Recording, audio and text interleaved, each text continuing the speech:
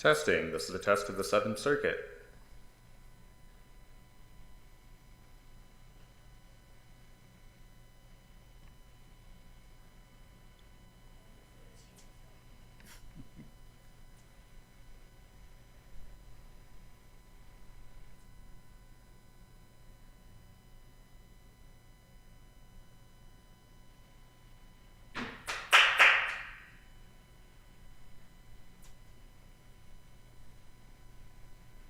Testing. 1, 2.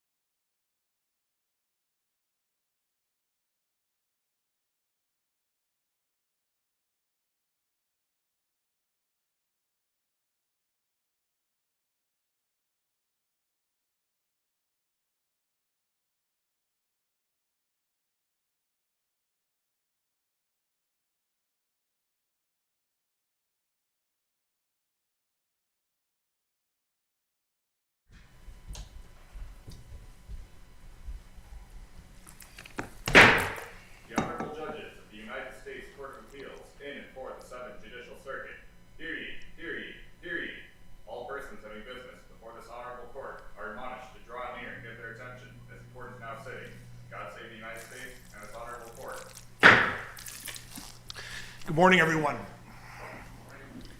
We're here today for oral argument. We're going to begin with appeal numbers 24-3165, 24-3246, and 25-1020. Economen et al. Versus Luttrell et al. We're going to begin with oral argument, and Mr. Shaw, we'll start with you. May it please the court, Whaley Shaw for the federal defendants, Gary Wisnand and Tonda Cockrell. I'd like to begin with qualified immunity as to plaintiff's Fourth Amendment claim. Now, even after taking out any alleged false statements and adding in any alleged material omissions, here are some uncontested facts that remain in Mr. Wisnand's hypothetical affidavit. Mr. Economen, who was known as the Candyman, was the third highest prescriber of controlled substances in the state of Indiana. In 2014, his patients filled more than 1.2 or obtained more than 1.2 million hydrocodone tablets based on his prescriptions alone. Witnesses said that 2/3 to 3/4 of his practice consisted of patients getting narcotic refills. A series of witnesses said that he prescribed narcotics and controlled substances without physical exams, and that he saw patients for 5 minutes or less. He used pre-signed prescriptions. He prescribed patients controlled substances when it was clearly inappropriate, such as when family members called to say the patient was abusing, overdosing, or overdosing on or selling their medications, when patients failed drug screens, when pharmacists called to say patients were getting duplicative prescriptions from other physicians, and when patients asked for refills before they were due. Now, this court and Indiana courts have repeatedly relied on exactly this type of evidence, not just to find probable cause, but to sustain criminal convictions for crimes like the ones at issue here. Now, Mr. Economen's objections go principally to credibility, that some patients were charged with controlled substances offenses, that they were taking other illegal drugs, that they were getting the same kinds of drugs from other physicians. That's unsurprising because one of the allegations here is exactly that Mr. Economen was prescribing controlled substances to patients who were clearly abusing those drugs. But ultimately, even if there are credibility problems with any particular witness, the sheer volume of witness accounts that corroborate each other and say the same things about Mr. Economen's behavior provides more than enough corroboration to establish probable cause.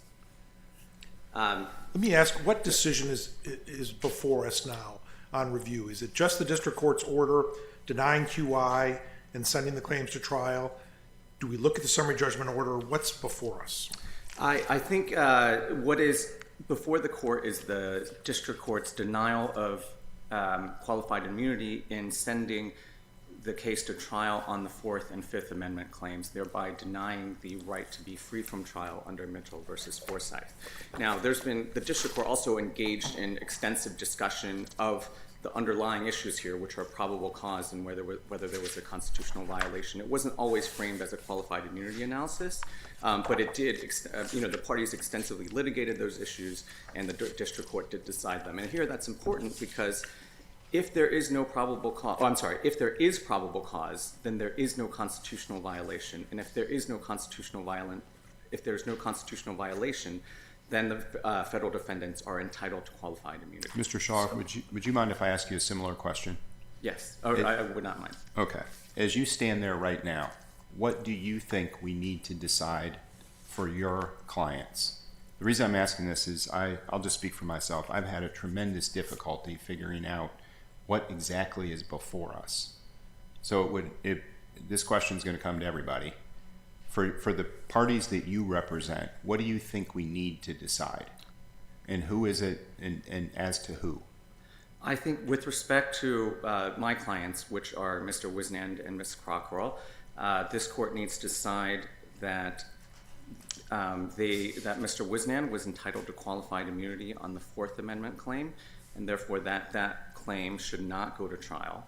And as to both Mr. Wisnand and Ms. Cockrell, that they are entitled to qualified immunity on the Fifth Amendment claim, and likewise that claim should not go to trial.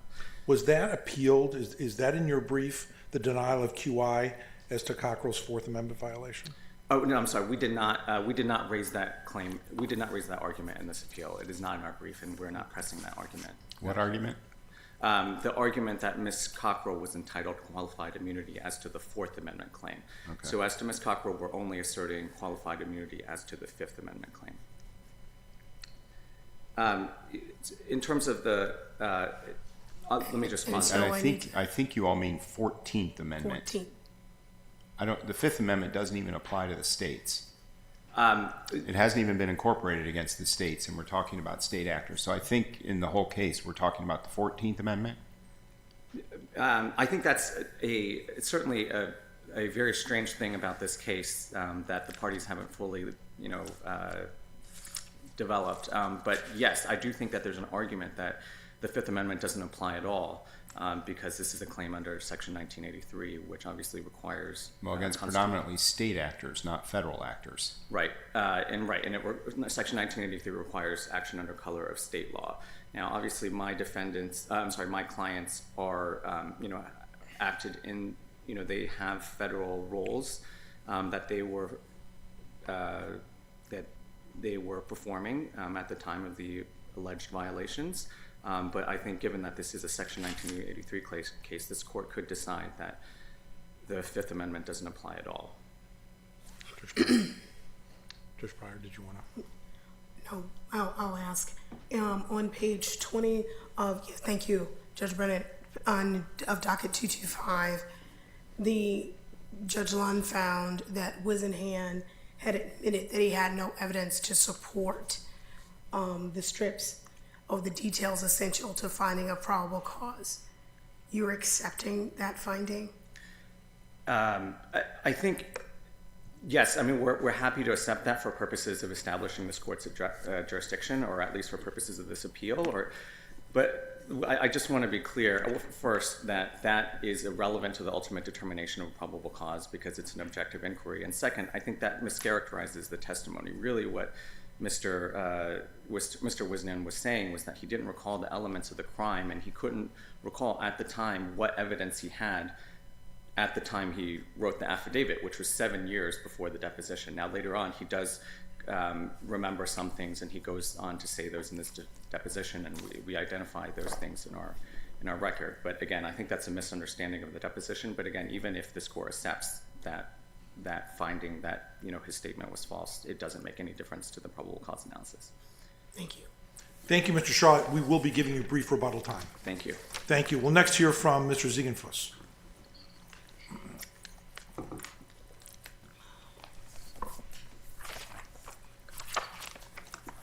Good morning, Your Honors. May it please the Court, Jake Ziegenfuss on behalf of the appellant Garrison Law Firm.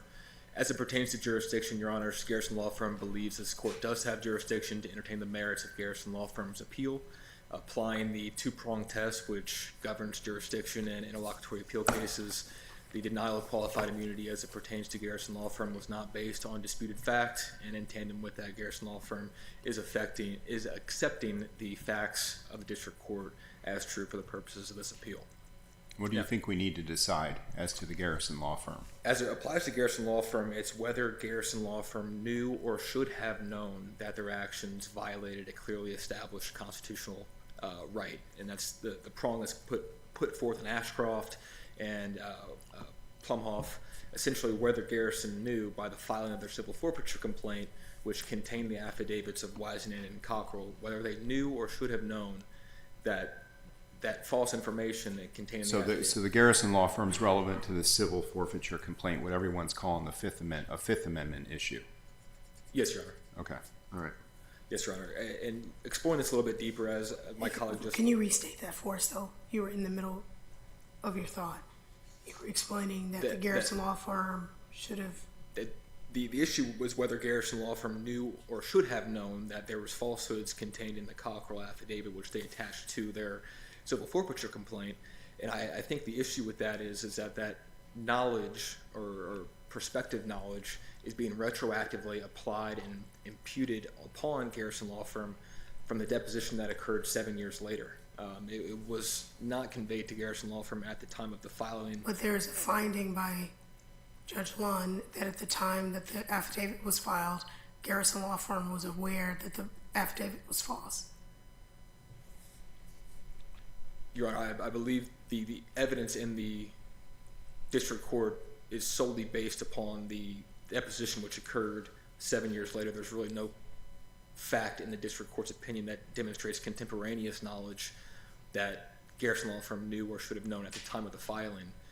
It wasn't until Cockrell in her deposition attested to the fact that she didn't have good cause to... So you're contesting the conclusion? Essentially, yes, Your Honor. Not disputing the facts, but just the fact that it does not fit the second prong in that Ashcroft standard, which would deprive Garrison Law Firm of qualified immunity. So essentially, the facts as the district court laid out was Garrison Law Firm met with Cockrell, drafted the affidavit, sure, not disputing that, but met with Cockrell, gave her the opportunity to review, read, sign, and the facts demonstrate that occurred. Cockrell attested to the veracity of the statements, and Garrison Law Firm submitted it to the court, which is quite common practice, I believe, for law firms across the country, is to rely upon the veracity and truthfulness of the affiant, should the affiant attest to the truthfulness. So there's nothing to support the conclusion that Garrison Law Firm knew that the affidavit was false? Yes, Your Honor. And I believe this is still a pure issue of law. The McGee case goes into that. They actually give an example of the second prong in Ashcroft being a pure issue of law that is within the purview of this court on review of an interlocutory appeal. And that prong is if either inquiry in the Ashcroft standard is answered in the negative, which here the second prong should be answered in the negative. In Garrison Law Firm's opinion, the defendant official is entitled to qualified immunity. Would you like to reserve the remainder of your time? Yes, sir. Thank you very much. Very good. Thank you, Mr. Ziegenfuss. We'll now move to Mr. Comer.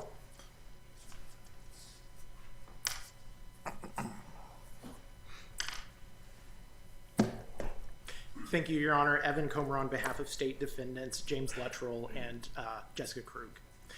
Just to kind of preemptively answer Judge Scudder's question, the issue before this court, at least as far as state defendants are concerned, is whether they are entitled to absolute prosecutorial immunity, and if not, then whether they are entitled to qualified immunity. The district court's judgment has to be reversed in this case because the court below failed to conduct the defendant-by-defendant, claim-by-claim immunity analysis that case law requires. Had the court properly analyzed the state defendants' immunity defenses, the undisputed material facts would have shown that state defendants were shielded from liability under at least qualified immunity, and if not, then prosecutorial immunity.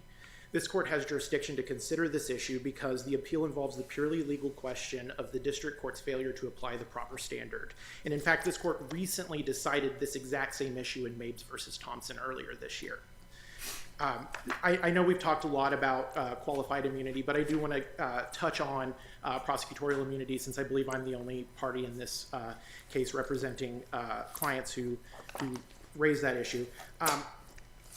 Just looking at the complaint issue or authored by plaintiffs here, it's clear that the through line running from the allegations to the summary judgment briefing to even now the briefing on appeal is that they are seeking to hold Luttrell and Krug liable for actions they took to initiate a criminal case, a civil forfeiture case, and a medical licensing case before a state administrative agency.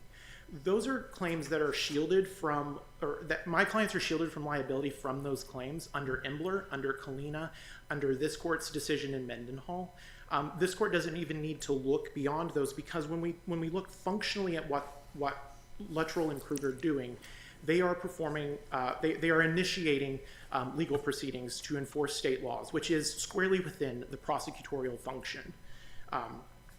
And as this court held in Whitlock, the Supreme Court requires a showing that a prosecutor must investigate and fabricate evidence against a target to automatically defeat absolute prosecutorial immunity. There's no evidence, disputed or otherwise in this case, that indicates that Luttrell and Krug were actively involved in the fabrication of evidence, that they were aware of the fabrication of evidence.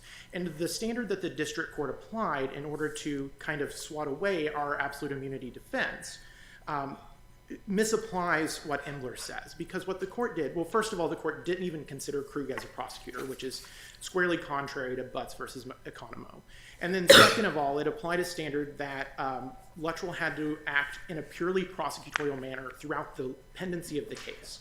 The court appears to have adopted the position that Any administrative or any investigative activity on Luttrell's part defeats prosecutorial immunity at any stage of the case. And what Imbler, what Buckley, what Kalina all say is that we look at the role the prosecutor played at the time the challenged acts occurred.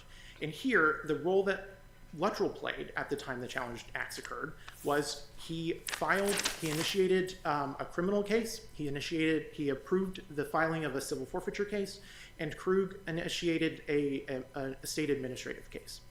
And so because those all fall squarely within the core prosecutorial function, our position is that both Luttrell and Krug have absolute immunity from damage or from suit in this case. And this case can be decided on that ground without the need to get into qualified immunity. But even if the court finds that there is some reason to reach qualified immunity, I would just point out that that throughout the course of this case, plaintiffs have not established or have not shown any clearly established right at issue, at least not with respect to the claims against Luttrell and Krug. The closest they come is Whitlock, which involves a prosecutor who was directly involved in the fabrication of evidence prior to the initiation of a criminal case. Here we don't have any of that. At most, what we have is Luttrell and Krug unwittingly including false evidence within an affidavit. And I'd like to reserve the remainder of your time. Yes, Your Honor. Thank you, Mr. Comer. We'll now move Ms. Kiefner to you for argument on behalf of the appellee. Thank you. May it please the court. My name is Jillian Debris Kiefner, and I represent Dr. Economan in his former medical practice, Economan and Associates Family Medicine. I would start by pointing this court's attention to the fact that qualified immunity was not an issue raised at summary judgment.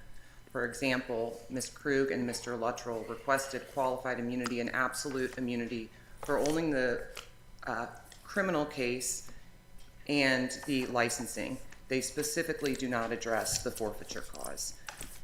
This is a complicated case based on the number of players that are involved, but what's important for the court to remember is that the civil forfeiture was filed over a year prior to any criminal case being filed. So we have this giant window of time in between the forfeiture and the criminal proceedings. Wisenand and Cockrell never make an argument for qualified immunity at summary judgment. You won't find it in the summary judgment motions. It is simply just not there. Mr. Garrison from the Garrison Law Firm makes no argument for qualified immunity in his summary judgment briefing.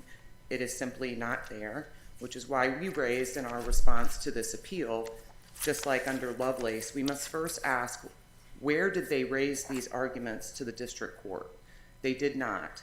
That was a choice that they made, and it is our perspective that they have waived those arguments now here. They are trying to tell this court that there is jurisdiction based on an argument that was not addressed prior. It is true that Judge Lund did address absolute and qualified immunity in her order at the very end of a 33 some odd page order. And she applied the principles to each and every one of the actors in this case and found that they were ineligible. What Judge Lund found was that each and every one of them drafted, reviewed, submitted affidavits to a court which they knew they did not have evidence to support. Any argument now that they somehow didn't know is contrary to her findings in that order. And it is asking this court to look away at what Judge Lund found based on the mountainous briefing and all of the mountainous facts, statements of facts and responses, and come to an opposite conclusion. Ms. Kiefner, can I ask you a couple on that point, not so much on the waiver of qualified immunity, but on the substance of the challenges to investigator Wisenand's affidavit? It seems to me from looking at your brief and looking at the district court's order that what investigator Wisenand admitted to after the fact was that there was no evidence of, that he had no evidence of Medicaid fraud, money laundering, et cetera, et cetera. My question is, has investigator Wissenand admitted that the factual information in his affidavit is false?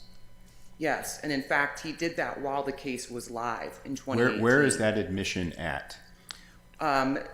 Well, he admits a variety of things in that 2018 deposition. We spent about 2018 or 2022? 2018. He was deposed in 2018 while the civil forfeiture case and the criminal case were live and pending, as was Ms. Cockrell. Then we have depositions that were taken throughout the course of the underlying suit in the district court. Okay, because I very much read him to be acknowledging certain things with respect to, did you have probable cause of Medicaid fraud, et cetera, and I think you're right to say he gave acknowledgments on those points, but he seems to stand behind the factual information in the affidavit.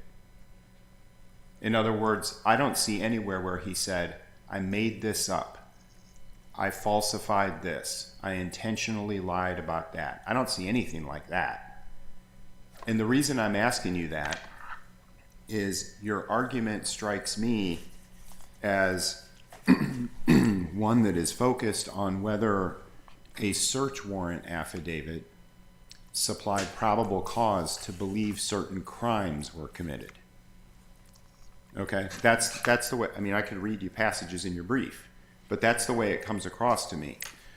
But of course, that's not what the affidavit in the search warrant was submitted for. The affidavit submitted at the search warrant phase was in support of an application for a search warrant.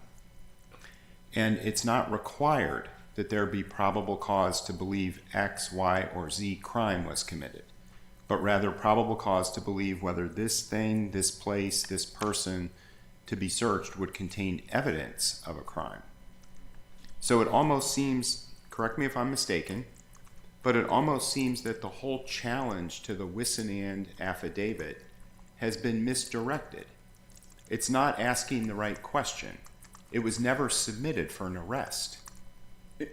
No, Your Honor, but it was submitted for the purposes of seizing every asset in Dr. Kahneman's name under Indiana forfeiture laws. Whereas It was submitted to support or to ask a judge to make a probable cause finding as to whether certain places, I think maybe him himself, could be searched, correct? Originally, Your Honor, and then that same search warrant affidavit was attached to the forfeiture complaint in addition to Ms. Cockrell's as the basis for Okay, the so we have, forfeiture. so there, I know that there's a two-prong challenge of it. The use of the Wissenand affidavit for the searches, correct? Correct. And then for the civil forfeiture of the bank and investment accounts. Correct. Because it was incorporated by reference into the, whatever we call it, the Cockrell affidavit or something, Cockrell application. Yes. For civil forfeiture. Yes, and submitted to the court saying that that Dr. Kahneman had committed a crime under 3424-2, corrupt business influence, as evidenced by Wissenand's affidavit. And Okay, then focus on the search warrant application for a minute. Forget the civil forfeiture for a second. Okay, I know that's in the case, we'll come to it. Isolating the search warrant application. Do you agree that the search warrant application was submitted for one and only one purpose? To try to establish whether there was probable cause to believe that the places or people being searched contained evidence of crime? originally, yes, I do believe that is why it was submitted. Forget originally. Yes. Is that why it was submitted, or was it submitted to arrest him for having committed crimes? No, it was submitted for the purposes of a search, Your Honor. Okay, so if it's submitted for the purposes of a search warrant, then his admissions, his acknowledgments, call them whatever you want to call them, that there was not probable cause to believe that there's Medicaid fraud committed or that this or that crime was committed, that's not answering the right question. The question is whether the factual information in the affidavit supplies probable cause to support a search. Yes, Your Honor, but when it was submitted in the civil forfeiture, that was the purpose of it. I'm not talking about the civil forfeiture. I'm talking about the search itself. And the reason I'm talking about the search, unless you correct me if I'm wrong, I'm under the understanding as we sit here right now that there are Fourth Amendment challenges before us to the searches. Maybe I'm mistaken, but there's a whole bunch of briefing. No, Your Honor, the Fourth Amendment challenges are to the civil forfeiture, the seizure. Not at all to the searches of his home or business? No, we did not bring that claim. I missed that. Wow. All right. Boy, it would have helped to have that clear before this morning. But You made an argument that the QI has been waived. What are we to do with the district court's conclusion, albeit one sentence, on QI?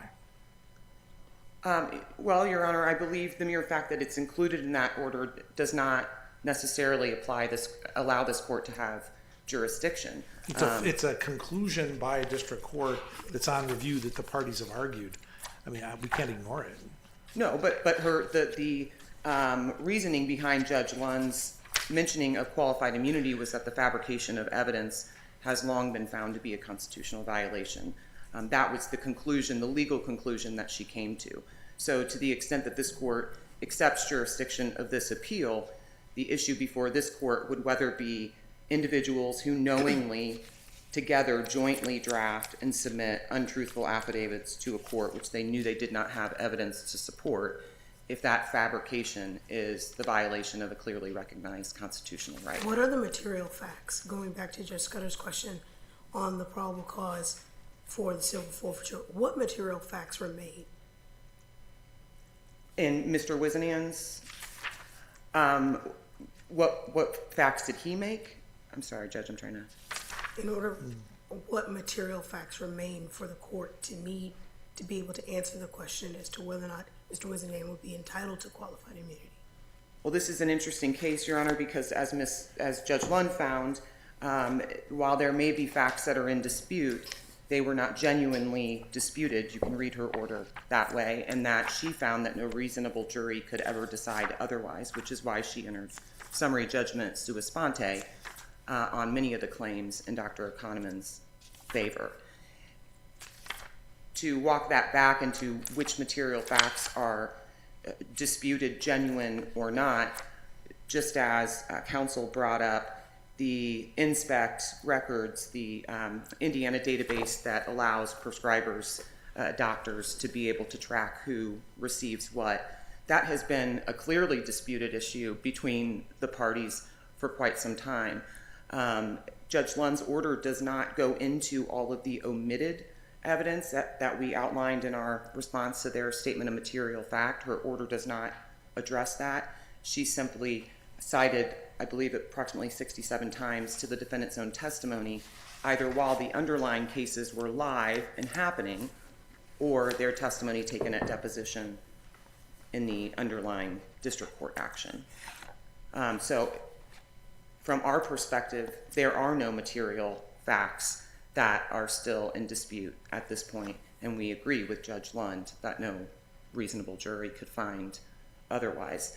I would point out to the court that probable cause for the forfeiture in Indiana is not just based on probable cause that a criminal offense or corrupt business influence exists. There also has to be a nexus to the property in which you are seeking to seize.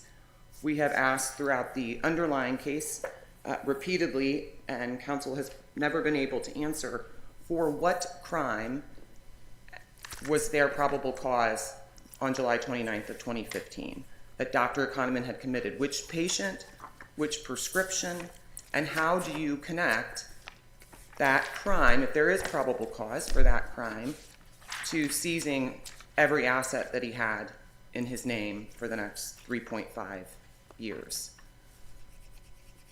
Where's a Kahneman now? He is 75 years old, and he is living in Michigan. Is he licensed to practice medicine? He retired his license, Your Honor. Any current penalty phase or any type of investigation undertaken with regard to him currently? No, Your Honor. All right. So I got to tell you, I'm really confused. And as we're in the courtroom now, you are not intending to raise any challenge that is based on the Fourth Amendment to anything other than the civil forfeitures? Correct, Your Honor. Okay. Okay. Is there anything in your view that we need to decide regarding the Indiana Medical Licensing Board? No, Your Honor. Okay. All right. What we have always claimed, and it is repeated in our complaint 19 times, and as Judge Lee noted in his orders on the motions to dismiss, is that this was a conspiracy put in place to fabricate affidavits before the court, both in Ms. Cockrell and in Mr. Wisenand's, in order to unlawfully deprive Dr. Economan of all of his funds, or in other words, to shut him down, as the testimony has been. And that there was no connection to any allegations of criminal activity that would have ever justified, or you could ever find probable cause to seize all of Dr. Economan's funds. What Judge Lund did do, and she mentions the mountains of briefing that she had to pour over, was come to the only reasonable conclusion in this case. An official who causes a constitutional violation, as we said in our brief, and sets in motion a series of events is exactly what has been at the heart of this case. And as Judge Lee had found, the conspiracy has always been the heart of Dr. Kahneman's case against these defendants. Briefly, let me insert before the time runs. Are you conceding that Luttrell is entitled to absolute immunity? I didn't see a reference to it in your brief. No, Your Honor. He never made a request for absolute immunity at summary judgment in regard to the civil forfeiture proceeding, only in regard to the medical licensing and the criminal case. And I believe we point that out in our brief as well. Thank you, Ms. Kiefner. Thank you. Thank you. Mr. Shaw, we'll move to you with a minute for rebuttal. Thank you, Your Honor. I'll try to be as brief as possible. I just have four quick clarifying points. Again, whether or not Mr. Wisnan thought he had probable cause at the time is irrelevant because it's an objective inquiry. Second, the district court... Probable cause. What do you think he's being sued for?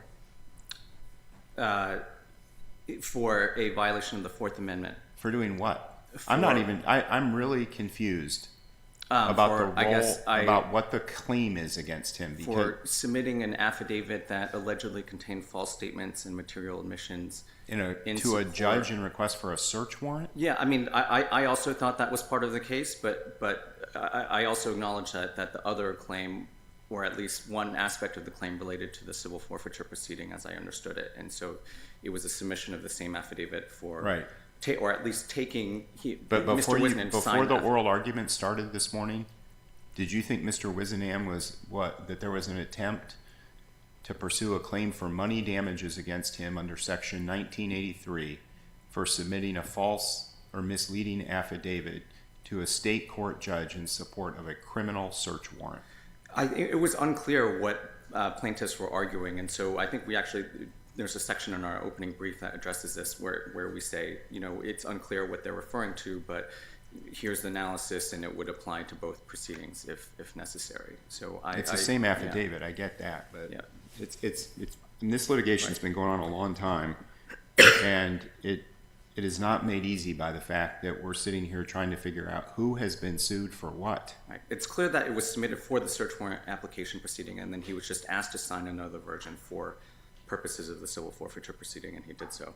You had a couple other brief points. Yes. In terms of what the district court thought it was deciding, I don't have time to read from it, but I would refer the court to docket 290 in the district court docket, where it makes clear the district court thought it was denying qualified immunity from trial. In terms of what crimes, what patients, there are many instances referred to in the briefs, but in the affidavit, I would look for the testimony as to Stacy Lawson and Amber Pulley. And then finally, the point that the qualified immunity analysis is just about whether there was fabrication of evidence. That's not correct. It's about whether, if there was false statements or material omissions, the question is, would there still be probable cause if you take out the false statements and add in any alleged material omissions? And you need that to establish a constitutional violation, and without that, there is federal defendants are entitled to qualified immunity. Thank you. Thank you, Mr. Shaw. Mr. Ziegenfuss, 1 minute for rebuttal. Thank you, Your Honors. Just one point of clarification here. Appellee noted that qualified immunity was not argued at summary judgment. Garrison Law Firm did raise that on docket 161, page 17. That argument was regarding state actors, and if they were found to be a state actor, they were entitled to qualified immunity. That was raised, and appellee had the opportunity to respond to that. They briefed it. I think it was 3.5 pages of summary judgment. So there was ample opportunity to respond. They did so, and would ask there be no waiver on that topic. That's all I had. Happy to answer any questions on that. Thank you, Mr. Ziegenfuss. Mr. Comer, we'll move to you now. 1 minute for rebuttal.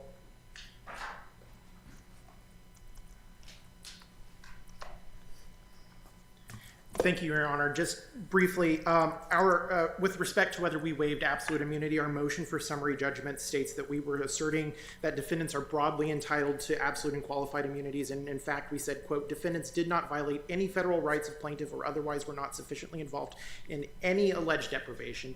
What docket you reading from? 180 at pages 1 through 2. And then in our reply brief, we clarified that we were referencing both the criminal and forfeiture proceedings. That's docket 206 at page 6. So we believe that the issues are adequately preserved. And Judge Pryor, just to pick up on where you left off at the end of my colleague's argument, the other side has never contested the merits, has never attempted to defend the merits of the district court's judicial immunity or prosecutorial immunity argument or holding, and we believe that that is the cleanest way to resolve this case on the merits. So thank you. Thank you, Mr. Comer, Mr. Ziegenfuss, Mr. Shaw, Ms. Kaefner.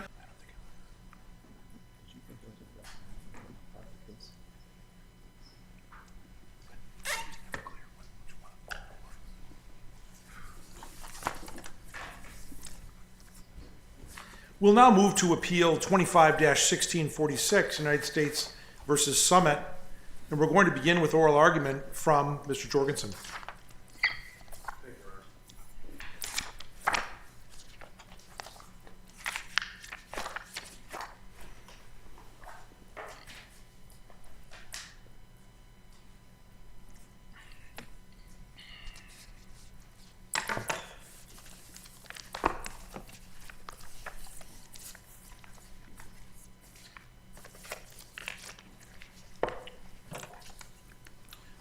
Good morning. May it please the court. My name is Christian Jorgensen. I represent the appellant in this matter, Summit Inc. This appeal is taken from a post-judgment order of the United States District Court for the Northern District of Indiana on March 18th of 25. The order found Summit in contempt of court and issued a sanction for failing to pay a monetary judgment more promptly, despite the fact that the DOJ and Summit had entered into a payment agreement. Summit is requesting that the order of contempt and sanction of March 18th be vacated and the case be remanded for further proceedings and an evidentiary hearing consistent with the specific acts mandated within the amended default judgment. Now the money judgment, which is the focus of this, within the amended default judgment was entered in June of 2022 and resulted from a breach of contract action as specified by Justice Kolar, filed by the DOJ on behalf of the EPA. The entire judgment is comprised of both a monetary judgment and separate injunctive relief or specific acts that Summit and its president, Mr. Kalopoulos, had to perform. And while the judgment order states that the judgment amount for damages should be paid to the United States via wire transfer, it still remained a simple money judgment that was owned by the government, as in any plaintiff. As for the contempt citation, the district court modified the original injunction set forth in the amended judgment and required Summit to abide by all regulatory requirements of a large quantity generator of hazardous waste.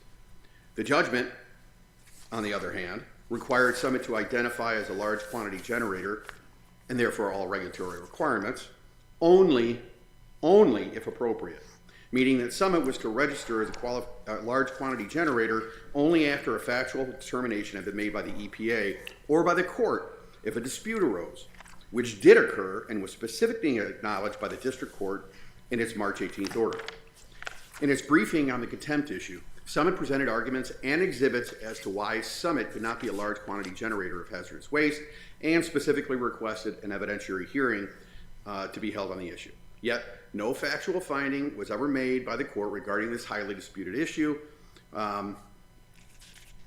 And no issue, this will not be determined until after the money judgment is paid in full.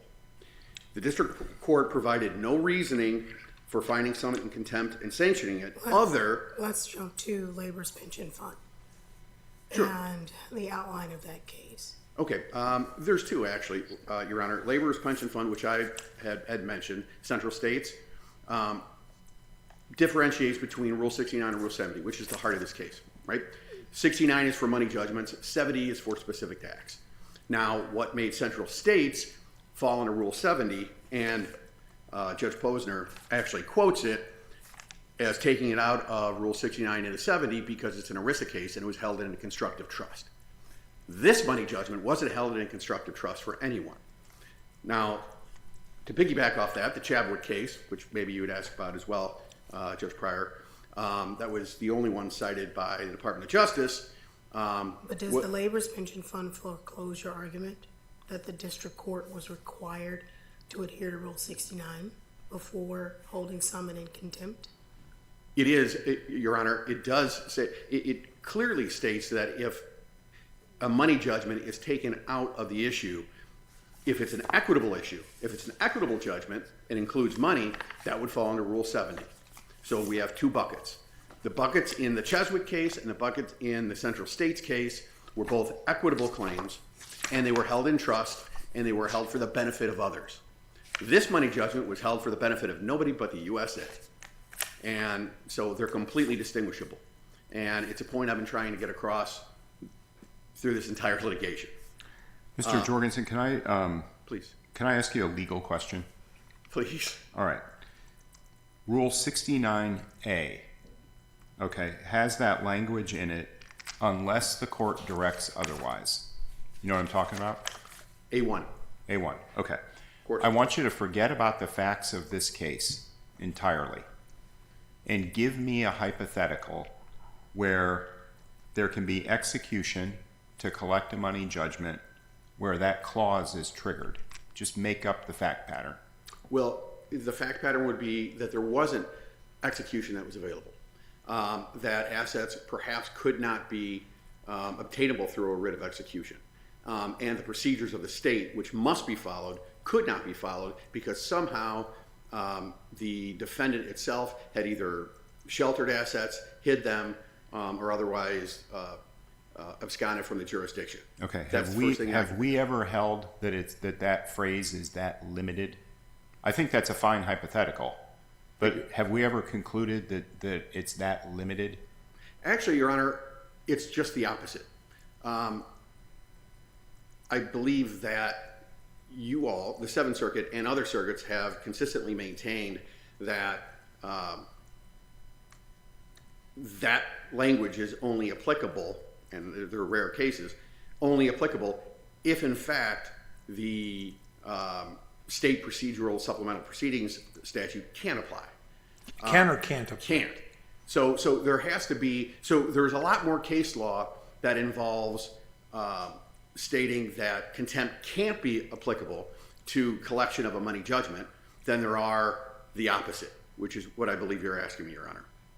So no, I'm not aware of any other than those two cases, the Chaswick case and the Central States case, that one coming from Judge Posner, where... My understanding is that your adversary was nonetheless seeking contempt.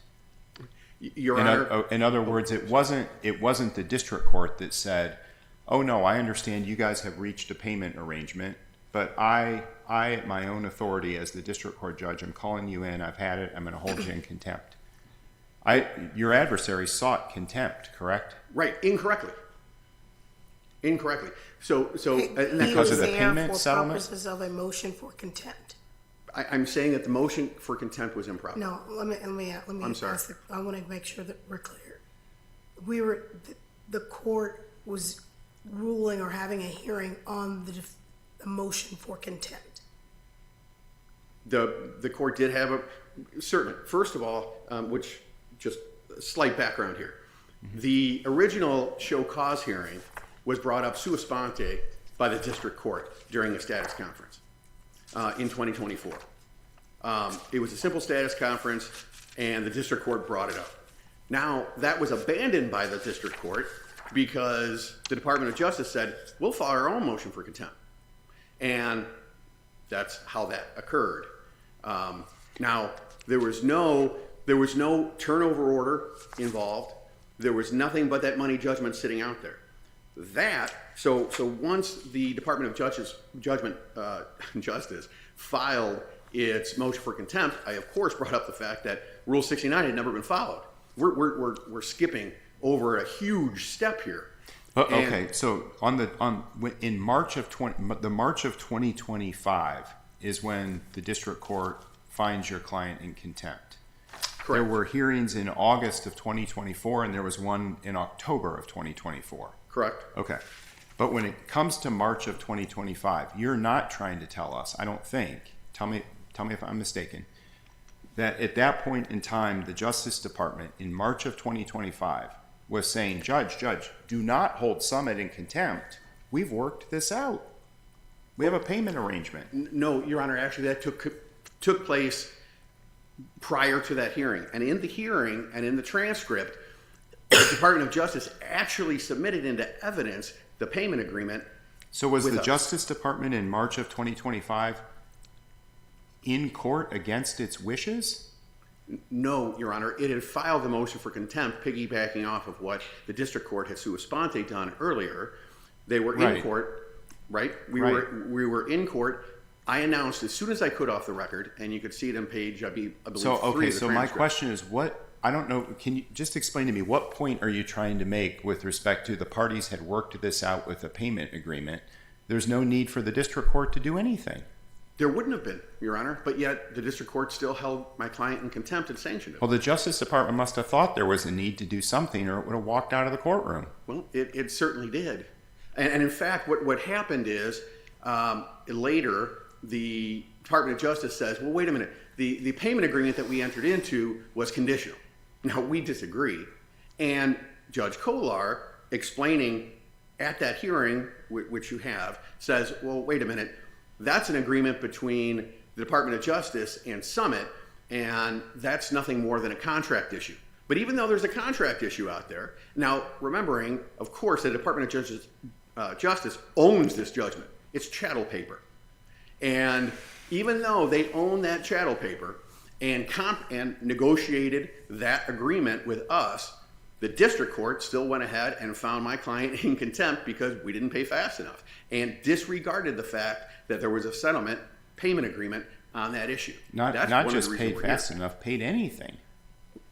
Regardless of whether or not they paid anything or not, I don't see the difference, because in any run-of-the-mill breach of contract action where there's a collection proceeding, it is up to the judgment holder who owns it to assign it.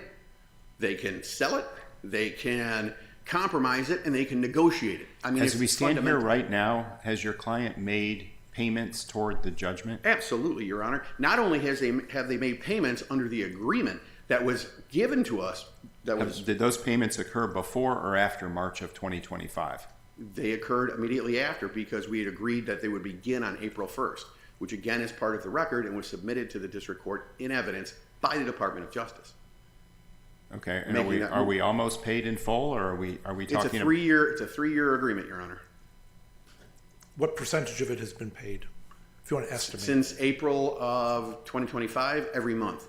The DOJ actually, several days before payment is due, sends a reminder to my client, and then accepts the payment. No Oh, payment. what, like $1,000 a month or $100,000 a month? I mean, it makes how much? I believe it's $1,000, or no, it's Is it 265? $11,000 a month. Thank you. I believe $11,000 a month, so it equals out to 3 years. Okay, all right. Would you like to reserve the remainder of your time for rebuttal? I will, Your Honor. Thank you, Mr. Jorgensen. Thank you very much.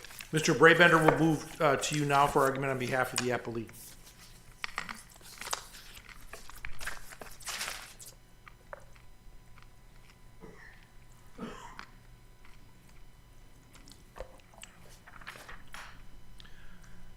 May it please the court, my name is Alan Brabender on behalf of the United States.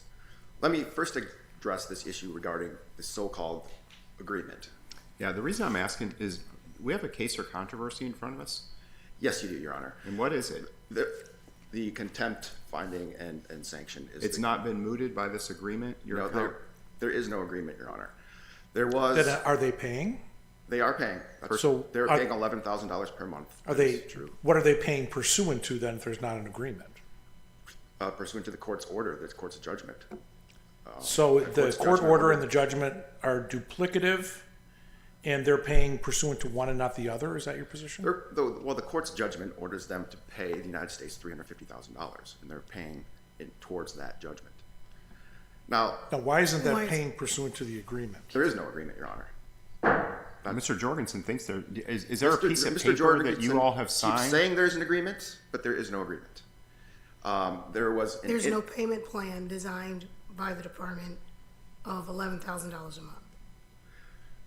There was an interim agreement that was contingent upon documentation from Summit that was the most they could pay. Because Was the that United- signed by both parties? I don't know if it was signed or not, Your Honor.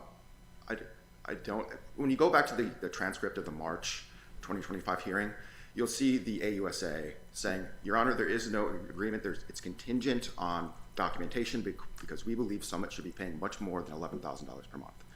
We want to see the documentation that all they can pay is $11,000 per month. When that documentation was provided, the U.S.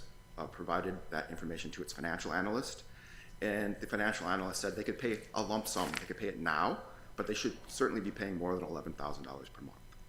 So this interim agreement that was contingent on this documentation falls by the wayside.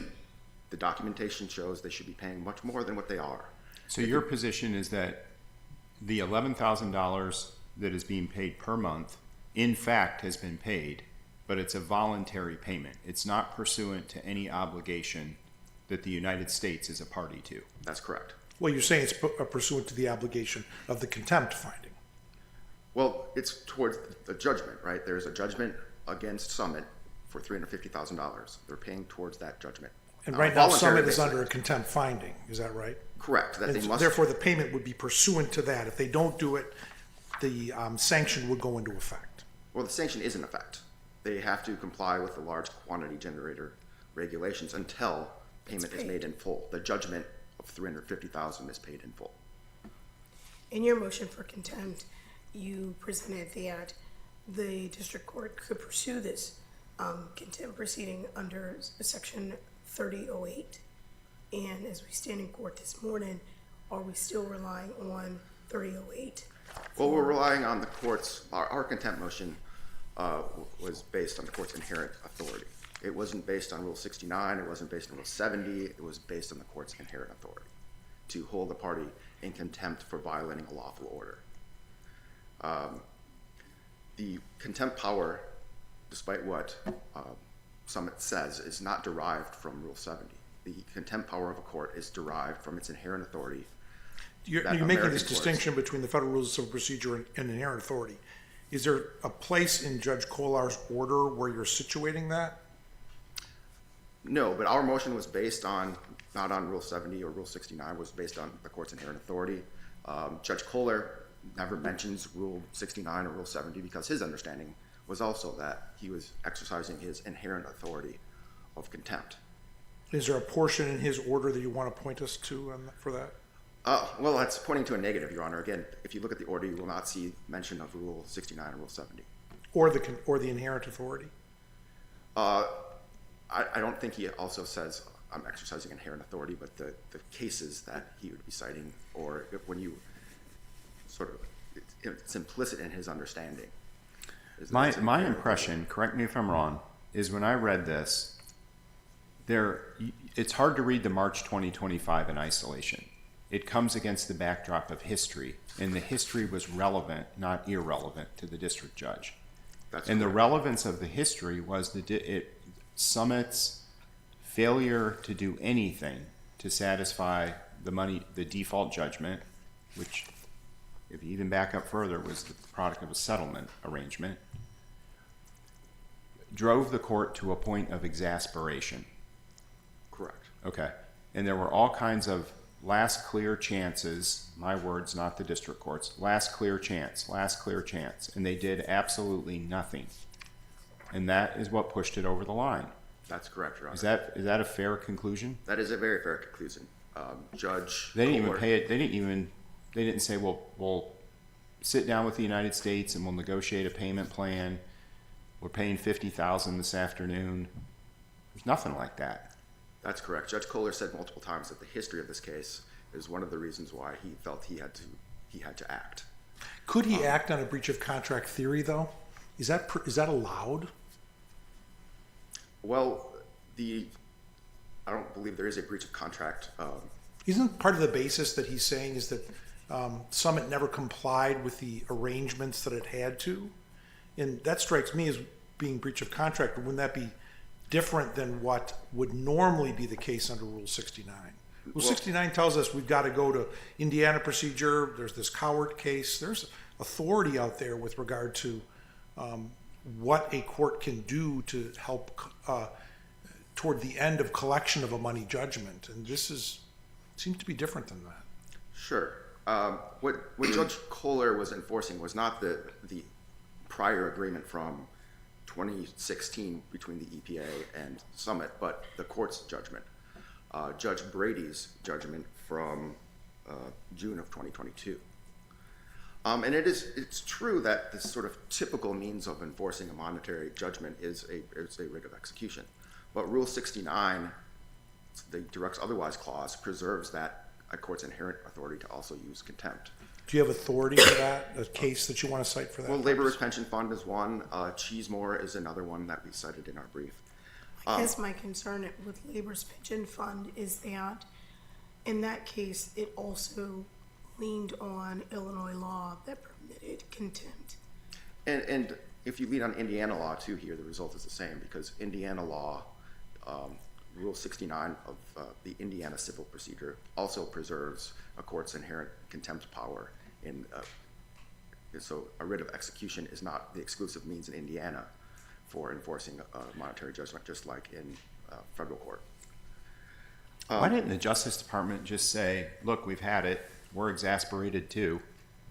We're invoking all of the Indiana law authority, and we're gonna look to close the company. We're gonna look to sell the machine that crushes the cars. All this other stuff. We've had it.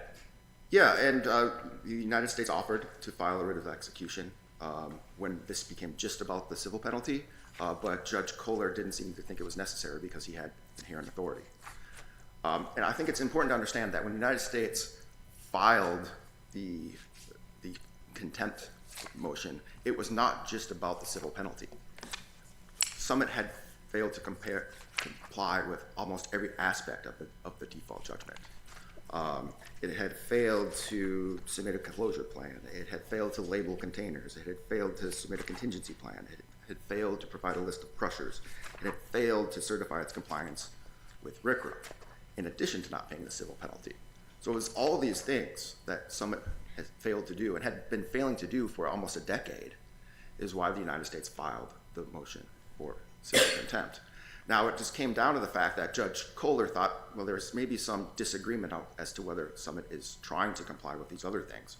But one thing that was clear to Judge Kohler is that the civil penalty payment, the obligation to pay the civil penalty, was just being totally and completely ignored. I have some concern looking at Indiana law. I know that you cited that Indiana law permits this. In Cowart versus White, the Indiana Supreme Court held that contempt is unavailable to enforce money judgments. And so and they relied, of course, on Pettit. Can you respond to that? Or I'm not familiar with that case, Your Honor, but I do know that Rule 69 of the Indiana Trial Rule 69? Yeah, it is the same as the federal Rule 69, Your Honor. And Rule 69 is not the exclusive means for enforcing a monetary order. That contempt can be used, as this court has held, and Laborers Pension Fund and Cheesemore. And unless the court has any additional questions, we would ask that the contempt finding and sanction be upheld. Thank you, Mr. Brabender. Mr. Jorgensen, we'll go back to you now for rebuttal argument.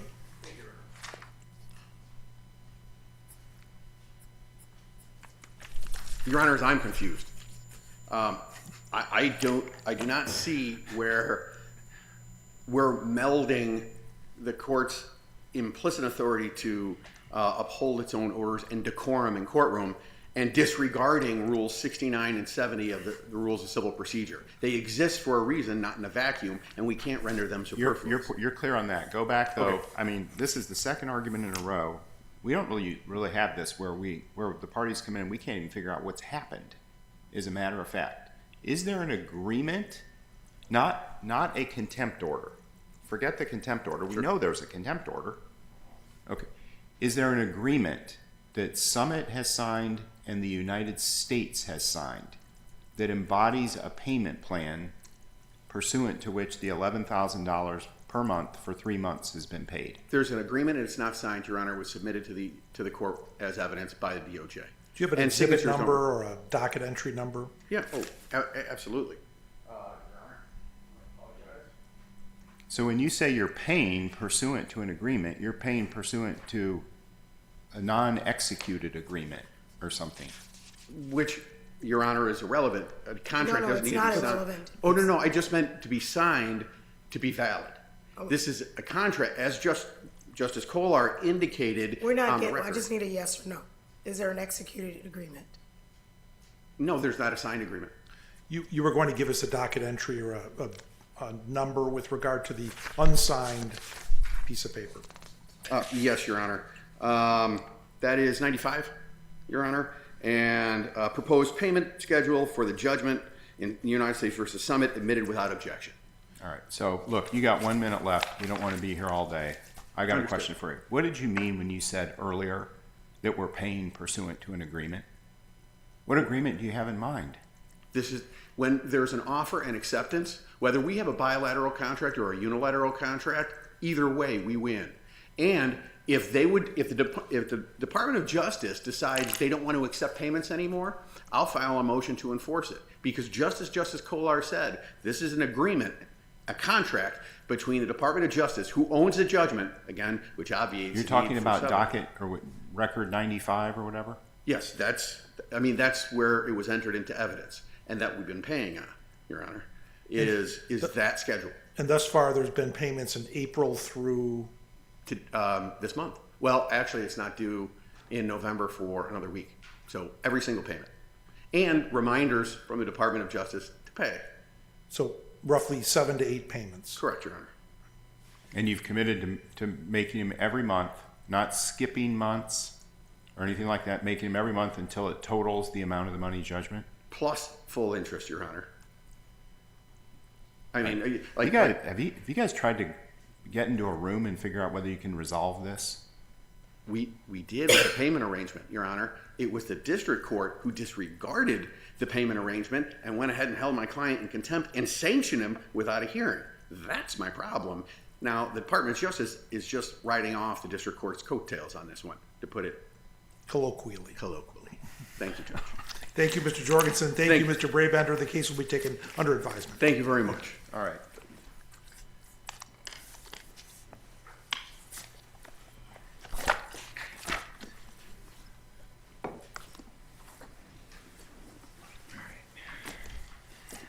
We're going to move now to Appeal 25-1379.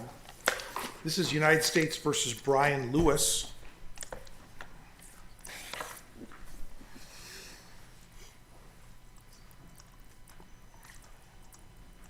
We're going to begin with oral argument from Ms. Green.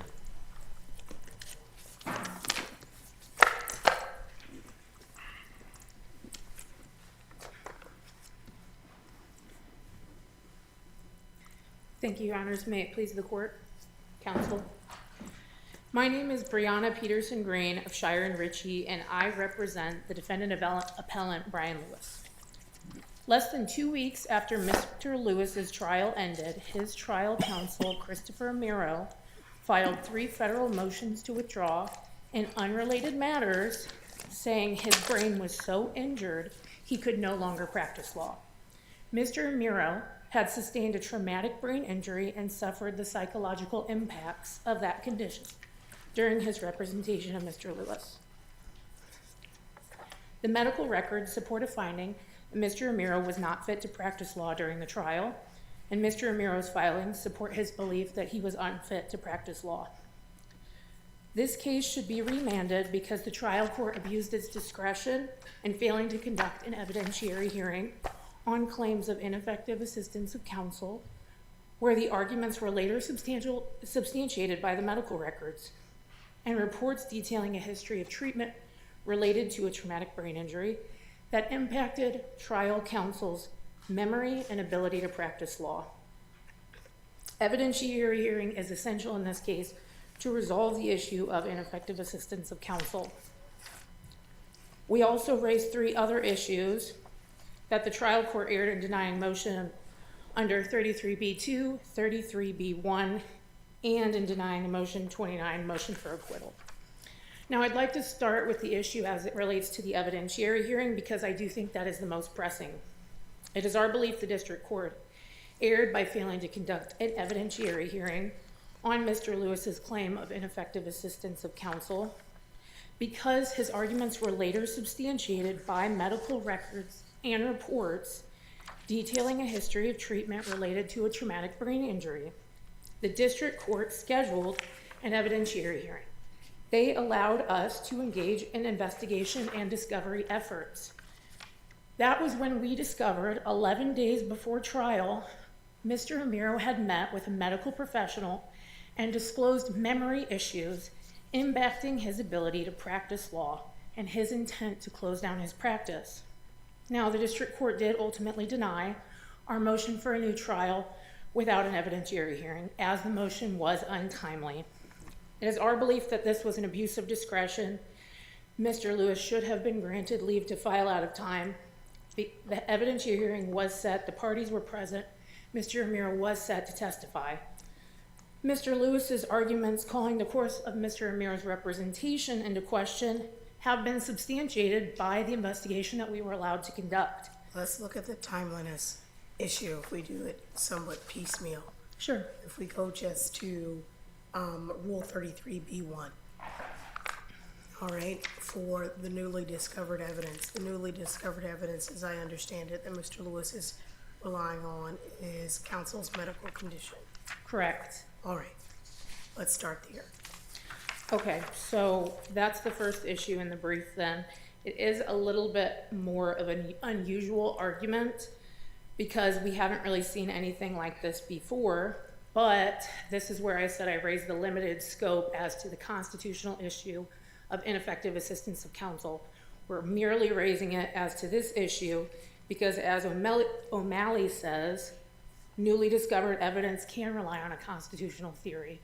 And here the constitutional theory is the ineffective assistance, and that new evidence was not available to Mr. Lewis at the time of his trial, and it wasn't available to the court either.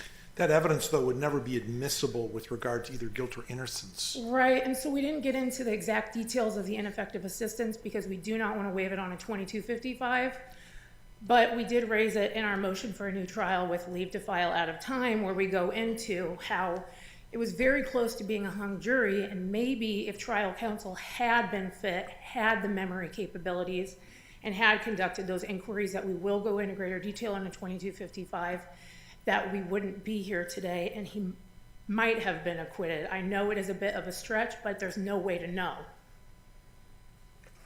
When you say, Ms. Green, that you want to pursue the hearing and you want to pursue this under 33B1, and you refer to it as an ineffective assistance of counsel claim, do you think of it as a claim under Strickland versus Washington?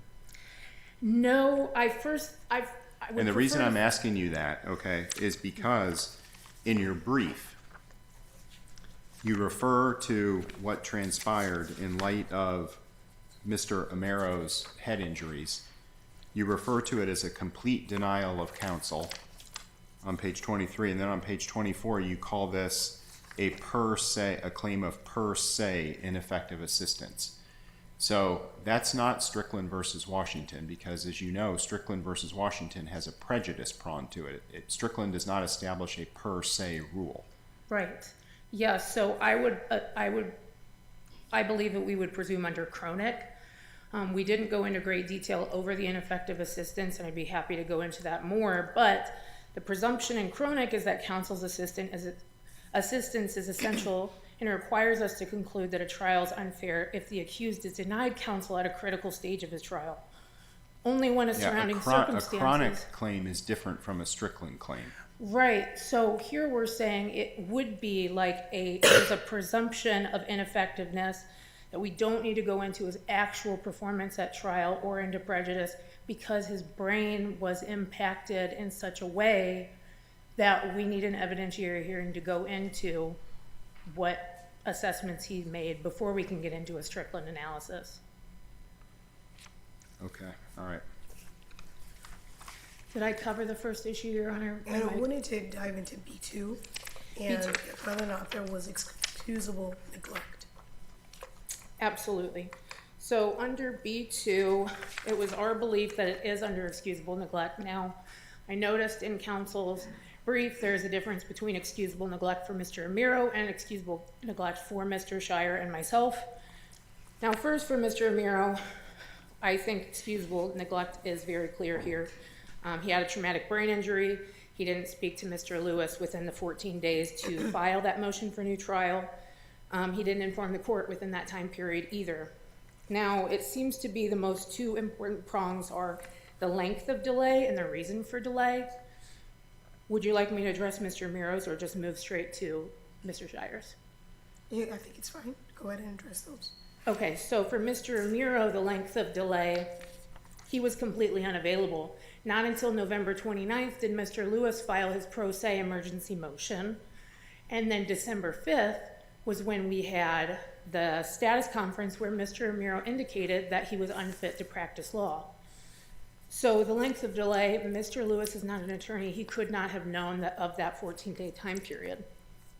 Now, as for the length of delay for Mr. Shire, we entered our appearance February 6, 2024. And then transcripts became available about a week later for that December 5th hearing. Our motion for new trial and leave to file at a time was We're filed. already beyond the 14 days, though. It was beyond the 14 days. And so I think there are a couple different reasons why the excusable neglect argument is really important here, because I believe counsel brings up the Cates case. So in Cates, counsel in that case filed 2 months after the fact. It wasn't a detailed motion. It was merely a request for more time. At that time, they also requested transcripts. There wasn't specific allegations. There wasn't a specific timeline. He said that he had conducted an investigation and inquiry into the underlying claims, but at that time he was requesting transcripts. He couldn't have been reading the trial transcripts because they weren't available. Here, it was about a month. We got transcripts for the trial before we entered, but we didn't get that December 5th hearing transcript until a week after we entered. And then our motion was not boilerplate. It was 22 pages. It was as thorough as we could be under the time constraint that we had. In Cates, they cite to, I believe, Munoz, where they discuss a case that excusable neglect was present, and unfortunately in that case, the attorney did ask for a request for an extension of time within 5 days. And then 10 weeks later, they filed the detailed motion. Here, we're within the 10-week time frame. However, we did not request additional time. Perhaps it was our belief under the facts that initially the CJA appointed counsel was given time to read the transcripts and understand the facts of what was going on. We assumed maybe the same thing extended to us. These are really unusual circumstances, and we were still trying to grapple with what was happening at the time. Would you like to reserve the remainder of your time? Yes, please, Your Honor. Thank you. Thank you, Ms. Green. Mr. Simpson will now move to you on behalf of the appellee.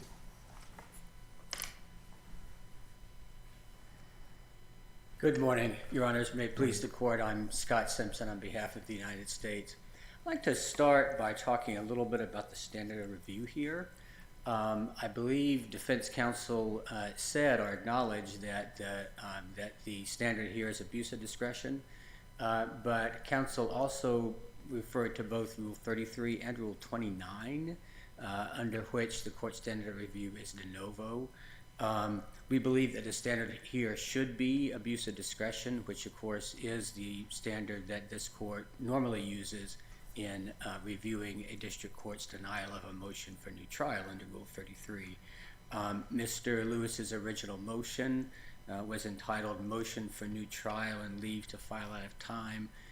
He made three other filings thereafter in relation to the motion, and all of those filings cited only Rule 33. In his appellate briefs here have repeatedly called it a motion for new trial. So the standard here should be abuse of discretion. Still, ultimately, we don't think it matters what the standard of review is, because the district court's ruling here should be upheld under any standard of review. So on the merits, and I'll talk about, of course, about Rule 33. There's a balance, of course, between finality and fairness. And the deadlines in Rule 33 and 5B1 and 5B2 reflect the Supreme Court's assessment of that balance in relation to a motion for new trial. Finality is especially important when you're talking about the parties having gone through a trial, having expended their resources for a trial, and the jury having spoken. So in this case, the usual 14-day time limit should apply rather than the 3-year time limit for a motion based on newly discovered evidence. Obviously, when you say the word evidence, you think of things that the jury would use to assess the defendant's guilt or innocence. And that the court, in a number of cases, for example, Ruth, Rollins cases cited in our brief, this court has said that that's what evidence means in Rule 33b1. Sounds like Lewis is pursuing a chronic approach. What are your thoughts on that?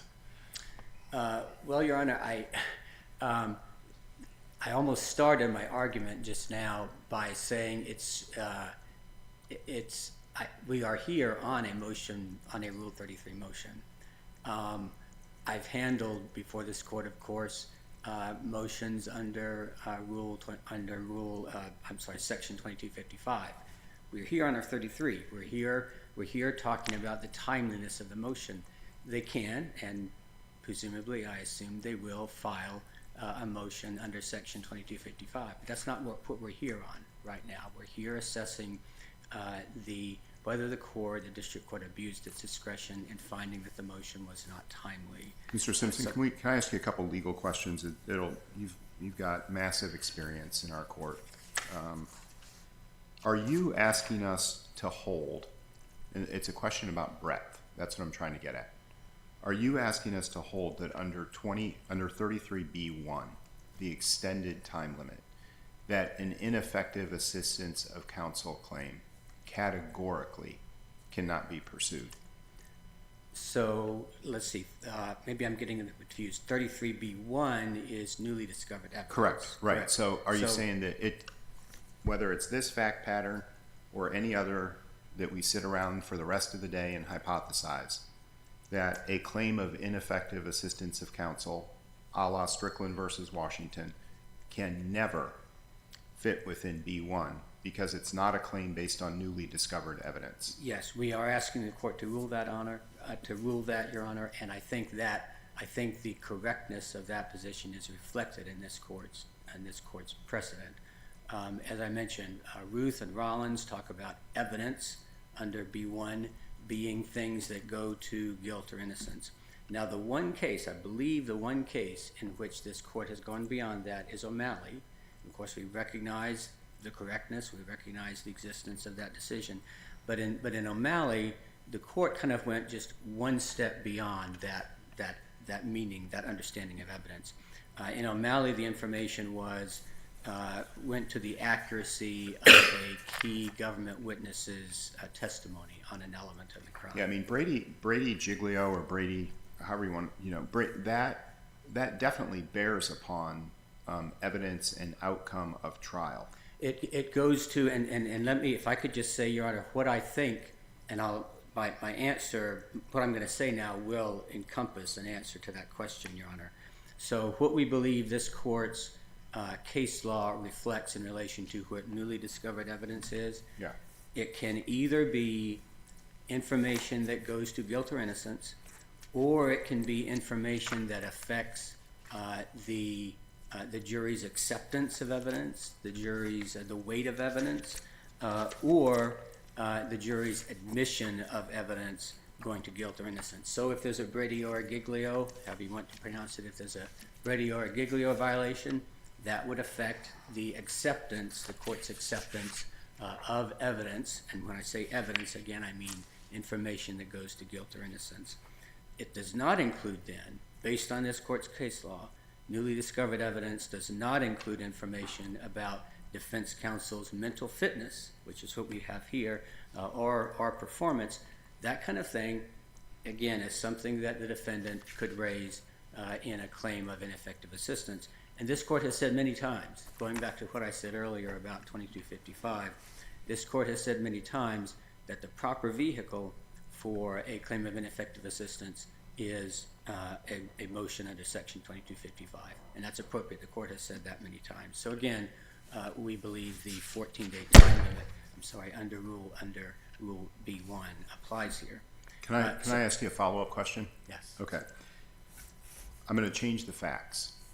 Okay.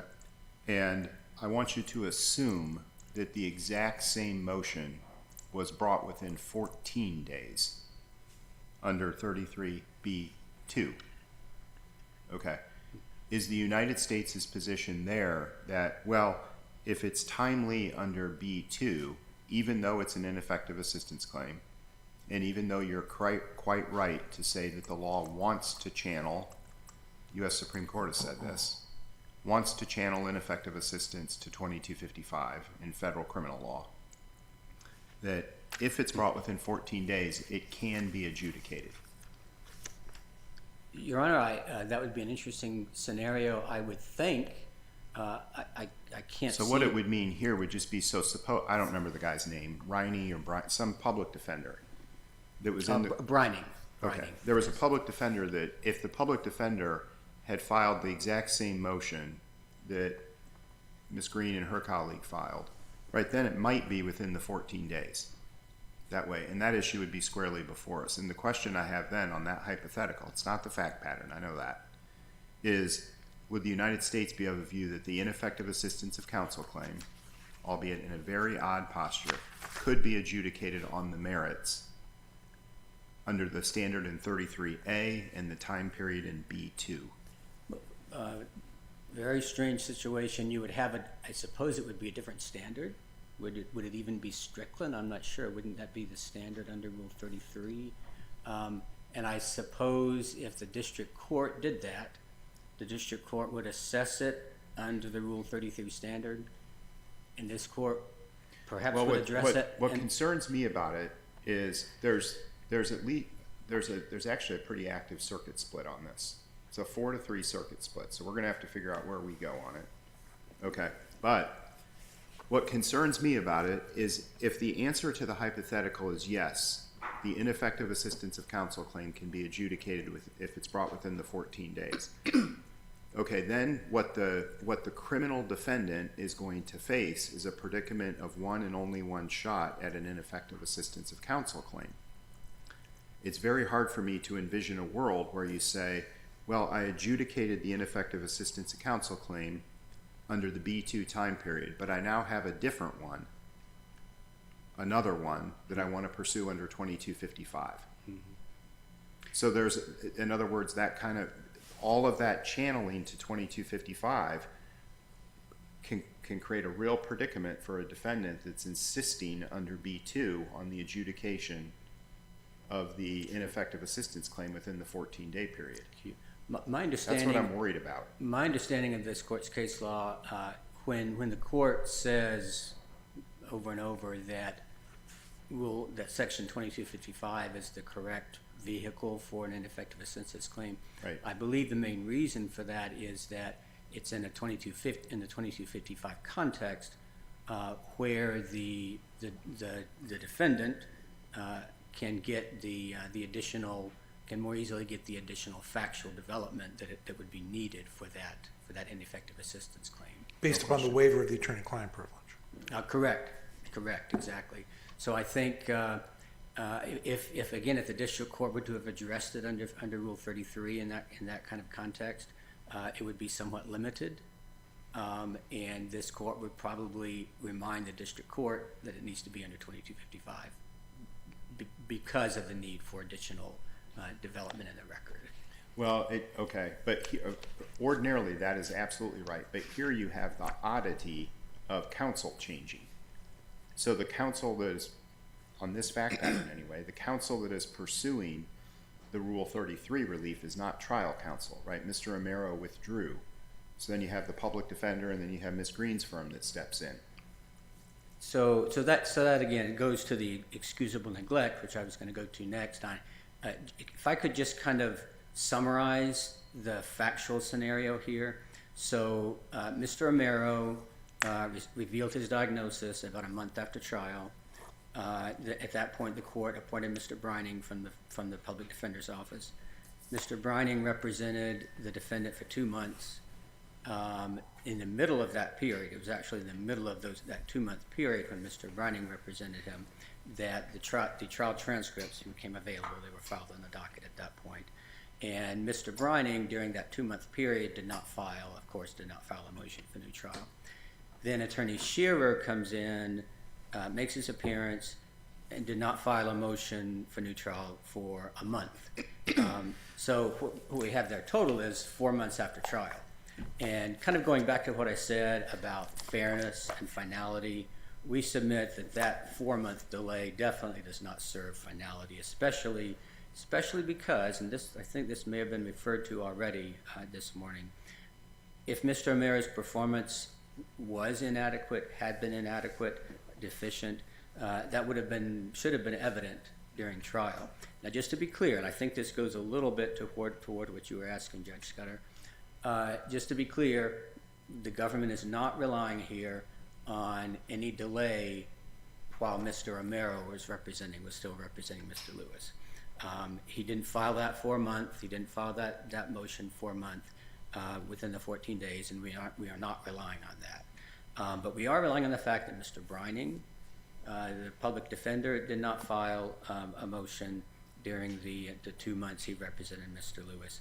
And, of course, on the fact that Attorney Shearer did not file a motion until a month after his appearance. Also, in relation to excusable neglect, there was discussion about why Mr. Shearer had not filed a motion earlier. The district court asked him that, I believe, and his answer was basically his schedule. He needed time to review the record and so forth and prepare the motion. He did not, I should point out, and this also may have been mentioned earlier, he did not file a motion as he could have within that 14-day period saying, Judge, I just got on this case, could I have more time to file this motion under Rule 33? But in relation to his statement that he needed more time because of his schedule, this court has said, this is in the Cates decision, neglect due to a busy schedule is generally not excusable. On the Rule 33 issue, on the real facts, not the hypothetical facts, okay, does it make any difference to you whether it's a chronic claim or a Strickland claim is a legal matter? The reason I'm asking you that is those are distinct claims, okay? If there's a complete deprivation of counsel, you don't have to ask whether counsel was ineffective, right? It's structural error. Yeah. So if Ms. Green, I don't know that, it may be too late in the day to try to amend this, okay? But it'd be possible if it's a chronic claim and it could get in under B2 that there's no subsequent 2255 bar to the Strickland claim. You see what I mean? I see what you mean, Your Honor. Except that, well, I guess this is falling to the merits. I mean, a chronic claim is a heavy lift. Is a very heavy lift, and if you especially look against the backdrop of what we know about the trial, but that's not up to us. It would be the chronic claim would be almost impossible. Again, referring to the merits, because on the record it looked like he did okay at trial. Your Honor, I see that my time is up. If you want, I could address the evidentiary hearing issue. But otherwise, we will ask the court to affirm the district court. I think you can rely on your brief. Thank you, Mr. Simpson. Ms. Green, we'll go back to you now for rebuttal argument.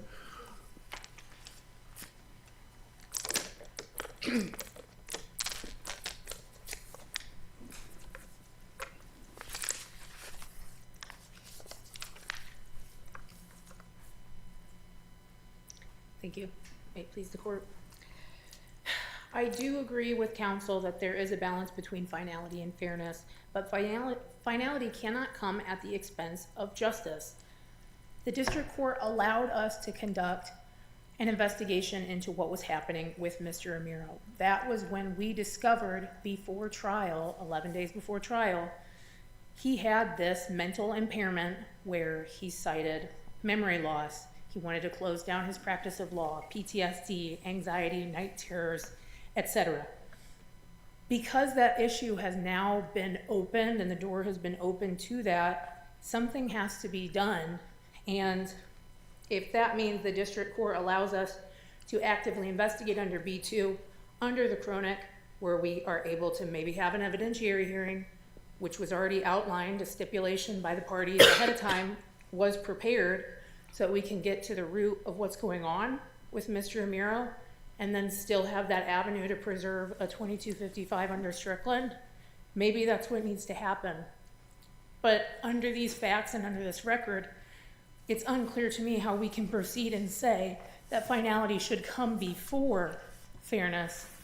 Ms. Green, let me ask you a legal question. I'm not trying to give you a pop quiz or anything like that. I just want to know what your instinct is on this. Okay. You're very focused on the fact pattern here, which I totally understand. Are you asking us to hold as a legal matter, okay, that all ineffective assistance claims, if they're brought within that B1 time window, okay, can be considered on the merits in a new trial motion under Rule 33? In other words, what I'm asking you to do is step out of this fact pattern for a minute, because we have to resolve this case, there's no question, but we've got to think about the next case when we draft an opinion. Mm-hmm. And what I'm trying to figure out is, are you saying an ineffective assistance of counsel claim can be brought as a new trial motion under B1? B1 as newly discovered evidence? Correct. That's what I mean. I don't think it would be hard. Or are you asking us to do something else? Forget the fact pattern for a minute. As a purely legal matter, I don't think it should be a hard and fast rule, because there is the balance of the factors to look into when you get into the facts, which you told me to ignore. No, I know. You're doing a good job on the facts. I get that. Okay. So in your view, it's we should just do it case by case.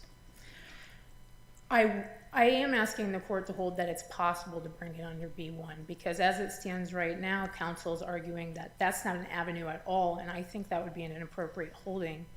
It would foreclose this possibility in all cases, and that would be hard and fast. Okay, and what do you say to Mr. Simpson saying, well, hold on, you're right to say be foreclosed under Rule 33, but 2255 is available. 2255 is available as an avenue, but there are still separate matters that you can get to the bottom of in the district court before you get to the 2255, like the evidentiary hearing. We have the benefit of having more facts here because the district court allowed us to investigate before denying nearly a year later. If we hadn't had that avenue, where would we be right now? If you file a 2255, you could file it, have to file it right in the same court, go right back there, and you can accompany it with a request for an evidentiary hearing. Now, I don't know, it's not us, we're not the district court, but their evidentiary hearings are available in 2255 ineffective assistance of counsel proceedings. And if you want to check me on that, you can look at 2255E. Would we still have the opportunity to have a new trial, though, if we ended up ultimately determining that the trial was That's going to be a unfair? question of the 2255 remedy. Okay? But it's not, all I'm trying to say, okay, is it's not as if that evidentiary hearings are disallowed in 2255. No, quite to the contrary. They're allowed and they occur with some frequency in ineffective assistance of counsel cases. That's one of the primary reasons that our court and the Supreme Court has talked about why it's beneficial to channel ineffective assistance claims to 2255, so a factual record can get developed. But would that foreclose our opportunity to proceed first under the Chronic standard and then under the Strickland standard? Well, in your 2255 application, you'll include the contents that you include, whether it's chronic, whether it's Strickland, whether it's this, whether it's that. That's a choice that Mr. Lewis's counsel will have to make. I see I'm out of time. Did you have any other questions, Your Honor? No. No. Thank you, Ms. Thank Green. you. Thank you, Mr. Simpson. The case will be taken under advisement.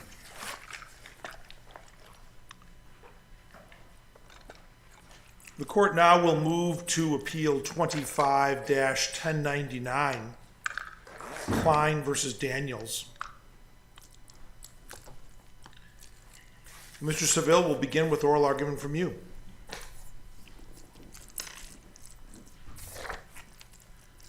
Thank you, Your Honors. My name is Scott Seville. I represent the appellant Brandon Klein. A few items, Your Honors. First, this is an item regarding qualified immunity and what the totality of the circumstances for the officer Daniels at the time were.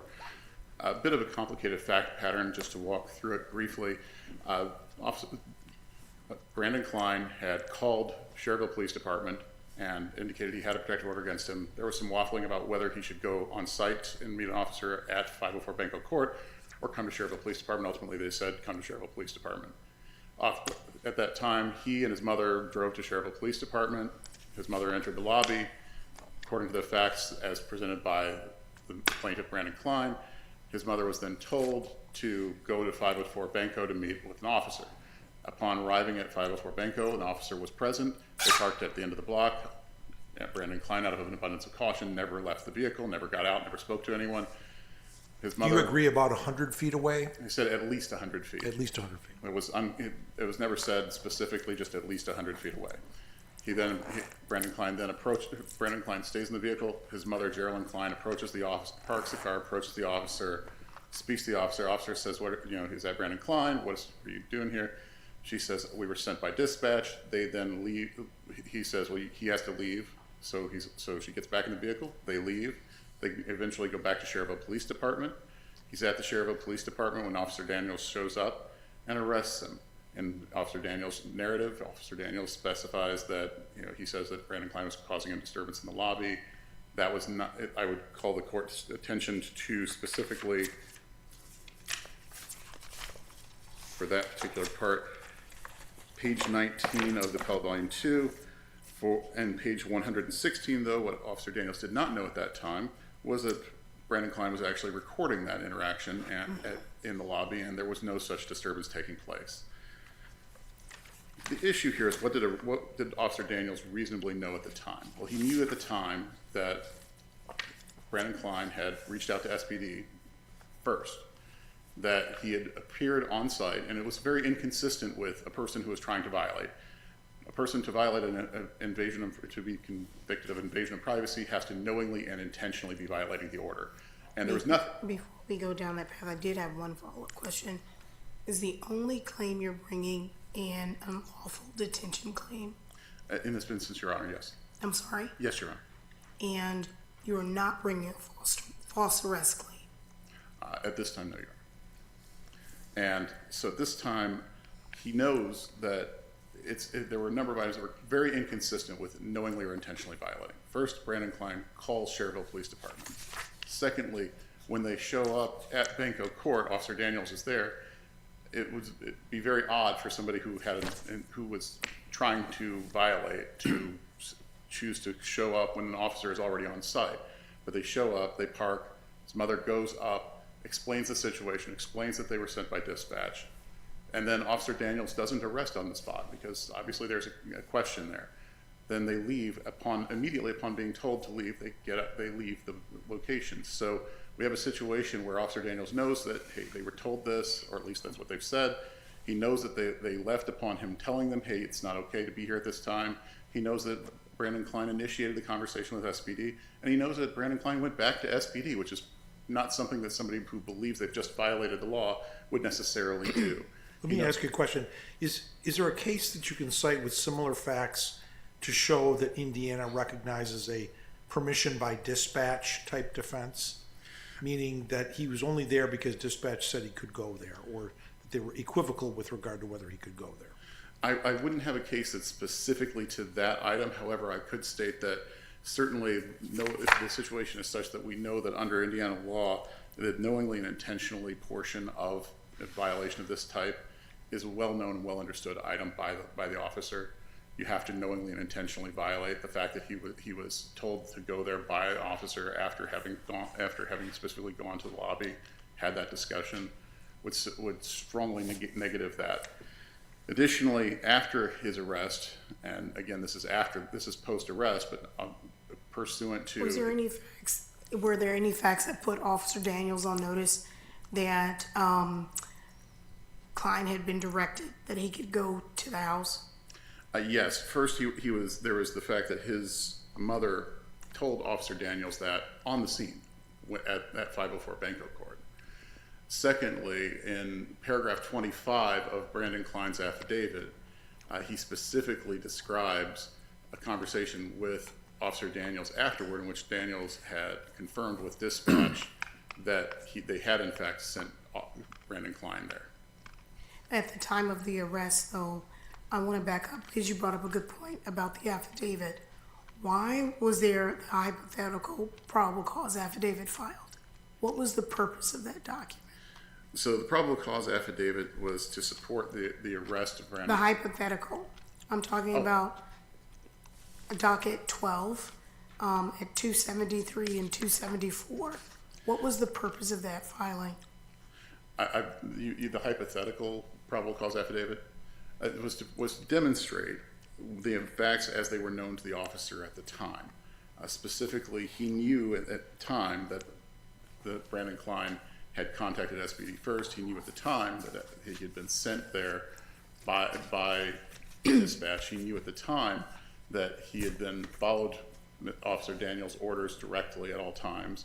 He knew it was to illustrate the items that he knew at the time that were either exculpatory or were falsely inculpatory, and to show what a probable cause affidavit with those exculpatory items included would have looked like. So specifically, though, the further issue is if Officer Daniels, it's unclear as to when exactly he would have known of the fact that they were sent there by dispatch. Certainly, he was told by Geraldine Klein on the scene. He then later confirms it after Mr. Klein is arrested. However, can I ask you about that? I think that's the paragraph 25 or the statement. Yes, okay, all right. Is there evidence that Officer Daniels made that statement, meaning the one in paragraph 25, based upon information that he learned from dispatcher Winecoop, as opposed to, is it possible that Officer Daniels made that statement based upon what your client's mother told him at the scene?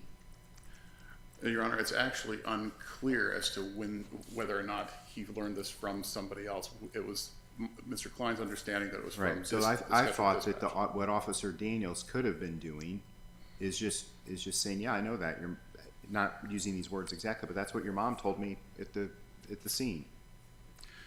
And I would agree, Your Honor, that's a possible interpretation. However, at a motion for summary judgment, all inferences would break in favor of the non-movement. And so the inference would be, when he's saying this, that he didn't come forward with any evidence that dispatcher Winecoop actually told Officer Daniels that she directed your client to the scene.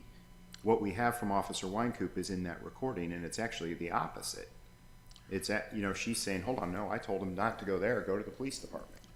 Yes, and I think it would be appropriate to address that recording also. But before we do that, just to answer your question, I believe that whether or not he learned this from Winecoop or from another member of dispatch, or he learned it from the mother, is an item that's unclear at this time. However, the inference would be, if you're saying that after the fact, that you learned that from someone other than the person you'd heard from previously, who that actually would ultimately have been is unknown. Would you like to reserve the remainder of your time? Yes, Your Honor. Thank you, Mr. Seville. Ms. Chrisman, we'll go to you now for argument on behalf of the appellee.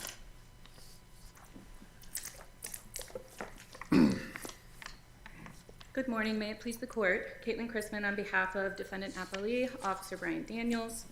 I wanted to first address a question that was posed to counsel regarding when Sergeant Daniels was put on notice as to when Klein could go to the actual location, and that did not occur until his mother came on scene. And to rewind a little bit, Officer Daniels testified that as soon as he saw Klein arrive at 504 Banco Court, parked in that car, that is, he believed it was a good possibility that he had violated the protective order. This meets the low standard of probable cause because he's not required to prove every element of the statute, that he has to knowingly violate the protective order. He's not required to do that. It's solely whether a reasonable officer would believe that there was a probability of criminal activity, which was present here. And with respect to the actual support within case law, counsel would direct the court to Hendricks v. State, in which the Court of Appeals held that being within 1,000 feet of the protected person violated the protective order. Here, at least 100 feet is significantly less than 1,000 feet, and therefore, could be seen to have violated the protective order.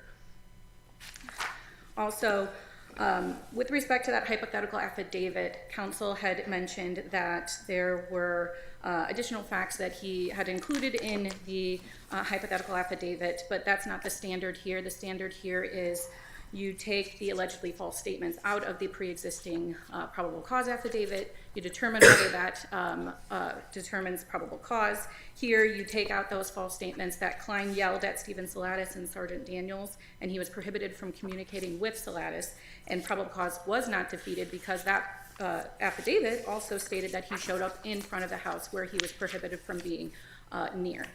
Then, as Your Honors had mentioned, that recorded conversation with Officer Weinkoop definitively establishes what Sergeant Daniels knew at the time that Mr. Klein showed up at the residence.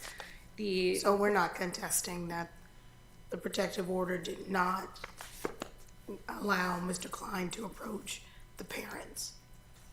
No, the protective order did not say that. The protective order states that Mr. Klein was ordered to stay away from the residence, and the residence that her parents, the Salatises, lived at was 504 Banco Court. And there's no distance included in the protective order? That's correct, Your Honor. There's no distance. It just says to stay away.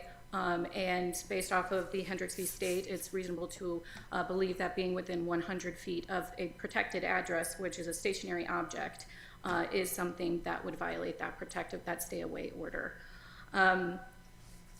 Klein also repeatedly emphasizes the conversation between Ms. Klein and the police department representative that Sergeant Daniels knew of the directive, but this conversation is irrelevant to what he knew. As I had stated previously, the recorded phone call between Sergeant Daniels and Dispatcher Weinkoop, as well as Sergeant Daniels' testimony, conclusively establishes his knowledge. He told the dispatcher to tell Klein to remain at the police station. She said that she would do that. She then told him that he had gone outside, so it was a possibility that he was going to stay there, but she did advise to stay. So as far as Sergeant Daniels knew, as soon as Klein showed up, he was instructed to stay at the police station. I don't think the statement from the mother is irrelevant. I think it's relevant, but it's a separate question of whether the officer was compelled to believe it. Correct. You're right, Your Honor. Well, and to that point, once probable cause is established, a officer is not required to continue investigating to determine whether a suspect's claim of innocence, or even the suspect's mother here, is correct once that probable cause has been established. And that was the moment that he saw him arrive, and that was prior to Ms. Klein coming up to him and stating that they were told to come there. Weinkoop works in the dispatch department? That's correct. Or whatever it's called? Yes. Okay. And are her conversations, as far as you know, are recorded? With Sergeant Daniels, correct. Are they recorded otherwise? If she's talking on the phone to somebody, or her? Yes, Your Honor. Thank you. The phone calls on the recorded dispatch line are recorded. Okay. So if Officer Weinkoop had told either Mr. Klein or Mr. Klein's mother that it's fine to go to the home, there would be a recording of that, would there not? No, because Mr. Klein and his mother showed up in person. Oh, and she works at wherever they showed up, at the police Correct. department? That's correct, Your Honor. Cherville? And is Weinkoop a sworn officer or a dispatch employee? She's a dispatch employee.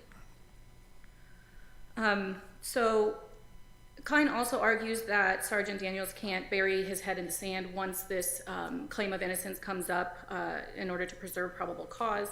But as I stated previously, Ms. Klein's claim of innocence for her son is far from conclusively established. He knew at the time that he had directed Ms. Klein through Weinkoop to stay at the residence, and he did not.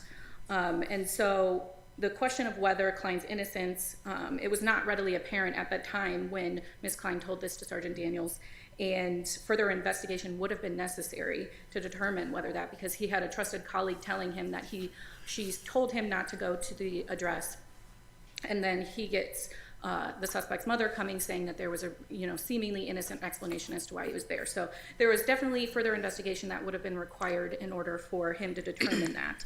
And so Sergeant Daniels was free to arrest Klein and allow the assessment of that claimed innocence up to the court. And then just briefly on the qualified immunity aspect, Klein did not show that it was clearly established that a reasonable officer would not have arrested him for intentionally arriving within 100 feet away from the restricted address. To the judge's question earlier, there is no such case that exists that such behavior would have violated the Fourth Amendment.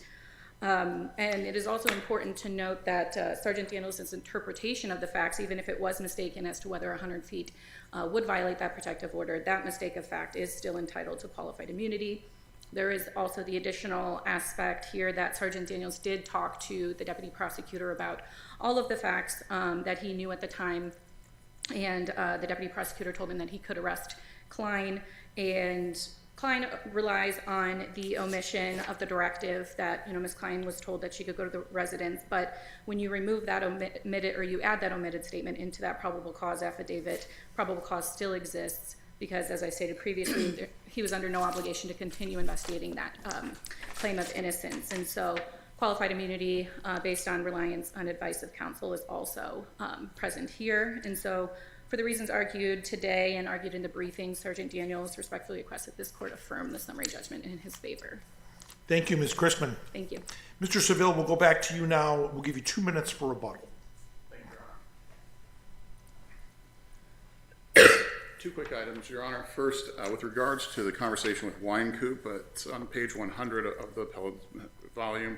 I wanted to point out that it's a profanity-laden tirade between Weinkoop and Officer Daniels, suggesting that he would have known that she had a bit of a bias as to what was going on in regards to him. I believe she called him a couple of things I won't repeat here.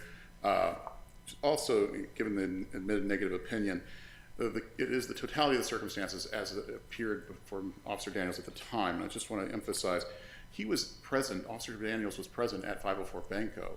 One of the things he knows is that he knows that I'm here at 504 Banco for a reason, and the reason is likely because I'm here to meet with the clients to get this mail. He also knows that he arrived. He knows that he called to dispatch. He knows that he went to SPD. He knows that he went to 504 Banco. He knows that he didn't actually approach, and that he also further knows that when he was told to leave, he left immediately. He knows that he went back to SPD, and so for those reasons, Your Honor, it should have been clear to him at the time that there was never any intent to violate on the part of Mr. Klein. All of the actions suggested the opposite, that he was not intending to violate the protective order, but in fact was simply following the directions of SPD. Thank you, Your Honors. Thank you, Mr. Seville. Thank you, Ms. Chrisman. The case will be taken under advisement.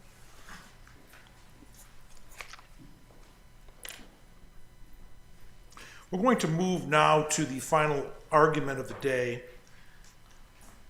This is appeal numbers 24-2869, 24-3103, 25-1185, and 25-1223, Giovanelli versus Walmart Inc. et al. Mr. Tobin will begin with oral argument from you. Thank you. May it please the court, I'm Craig Tobin on behalf of Nicholas Giovanelli, and I am here to tell this court or suggest to this court that it is very easy in this case to predict what the Illinois Supreme Court would do. It would follow the mandate it has repeatedly handed down to not allow a mechanical application of the statute of limitations to work a grave injustice as it did here. It eliminated a claim before an individual knew that they had a claim, before they had been damaged by that claim.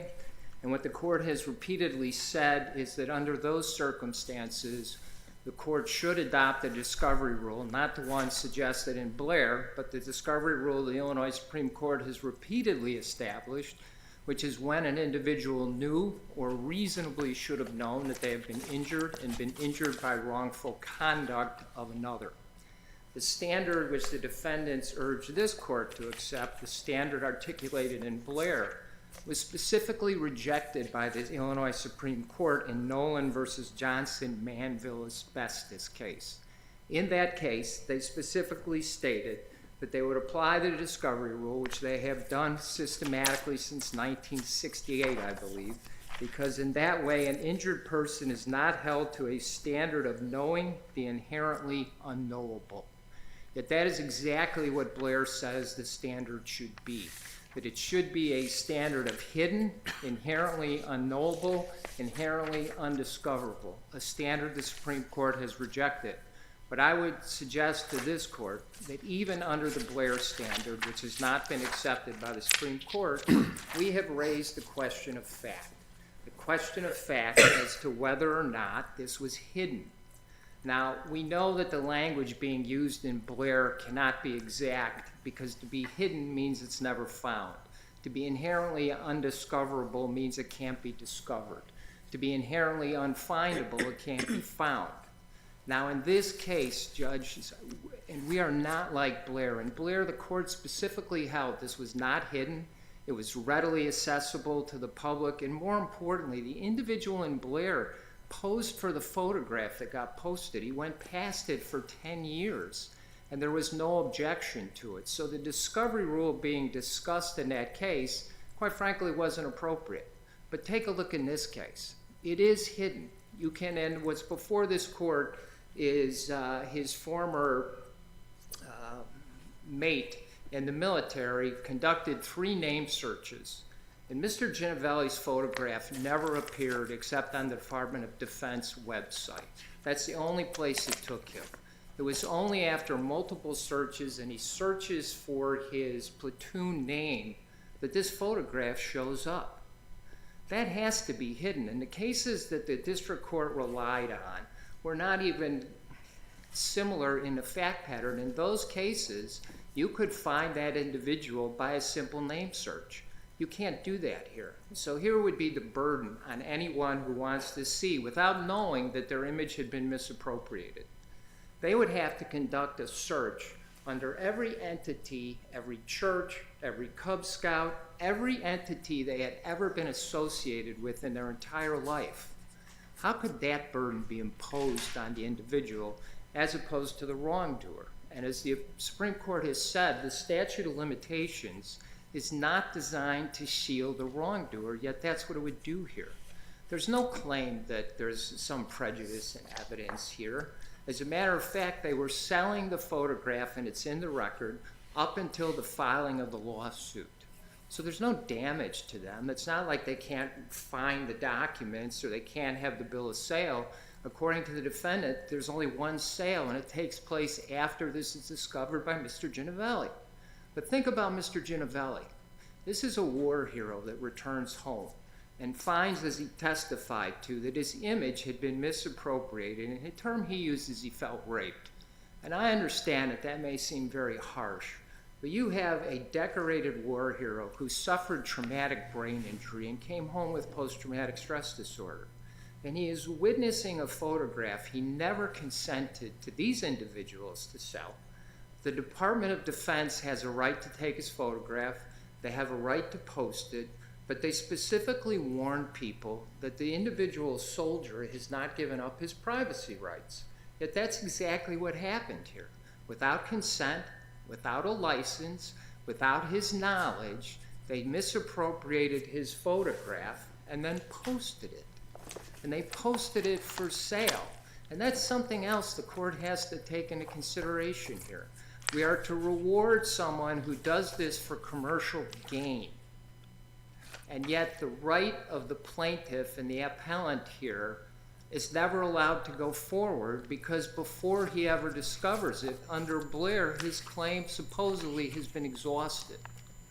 But this court could send this back for two reasons. It is no doubt what the Illinois Supreme Court would do here. They would apply their standard, a standard they have articulated. And when they had an opportunity to adopt Blair in the case Cioni, if I'm misspelling it or misstating it, versus Simon, they did not. Cellini, Yeah. thank you. They did not adopt that standard. They specifically reserved their right to look at whether, in general, under defamation, the discovery rule would apply. They had I want to, on that particular case that you're talking about. Yes.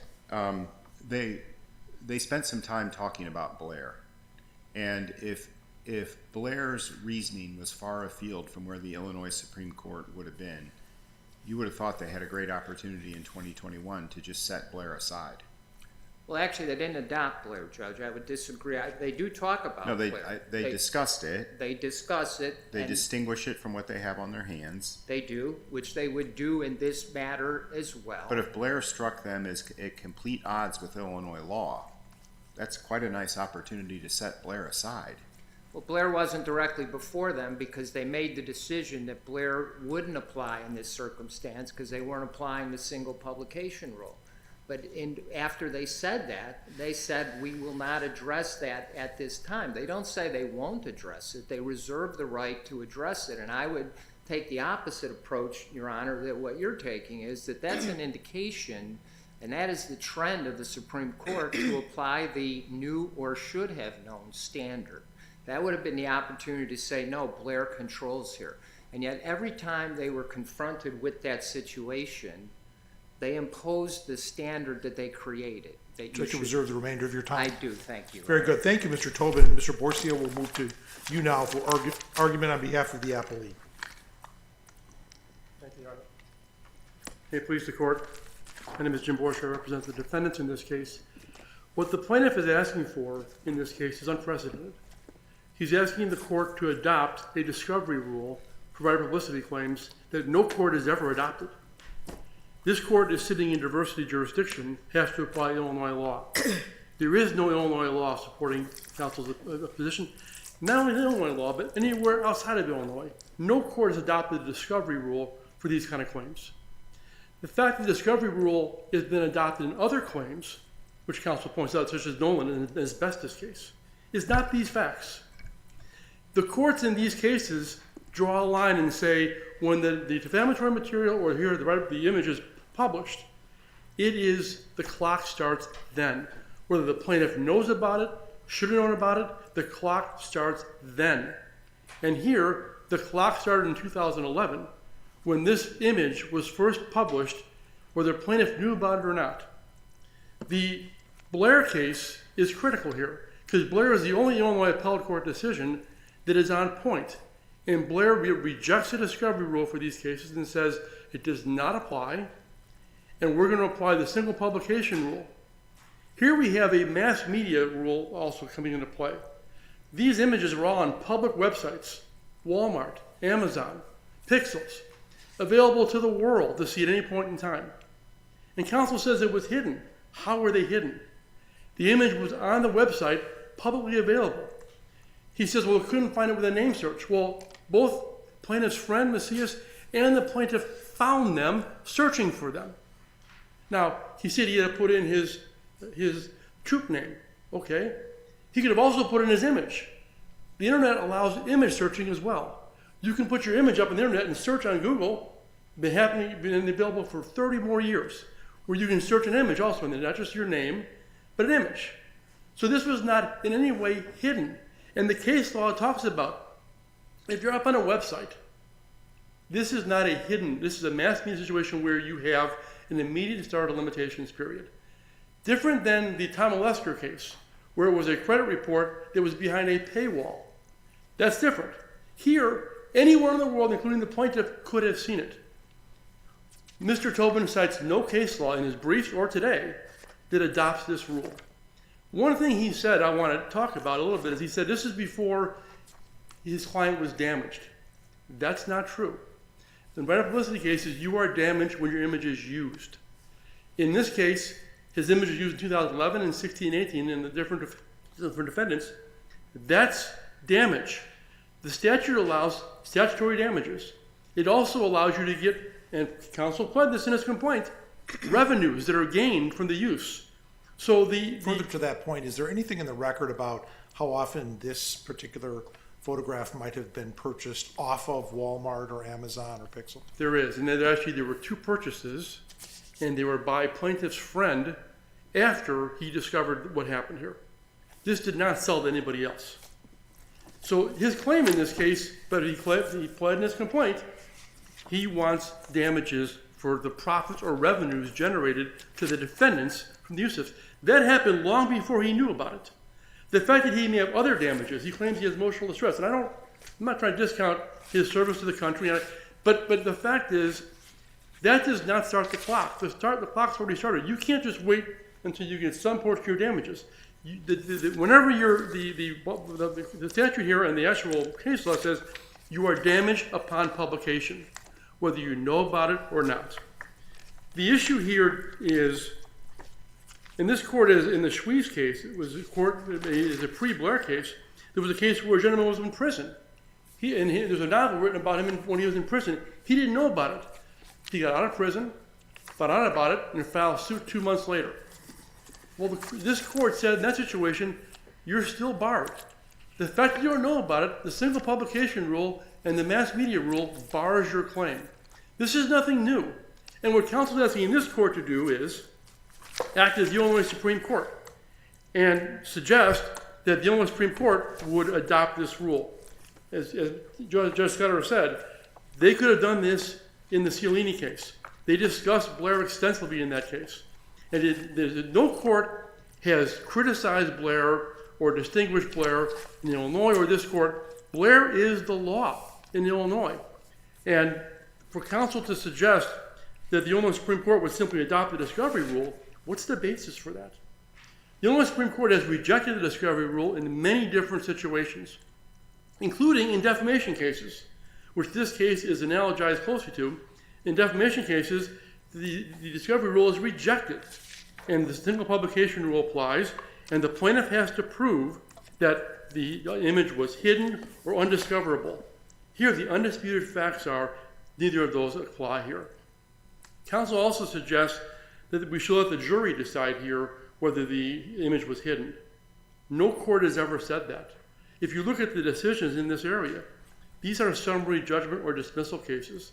This doesn't go to the jury because no reasonable jury could find, based on an image on a public website, that is somehow hidden or undiscoverable. It's not. It's easily discoverable, and therefore the clock starts running under these mass media cases upon publication. And here, the plaintiff obviously filed his claim long after. And one of the defendants here, Pixels, published it in 2011. That's almost 10 years after or before the plaintiff filed a lawsuit.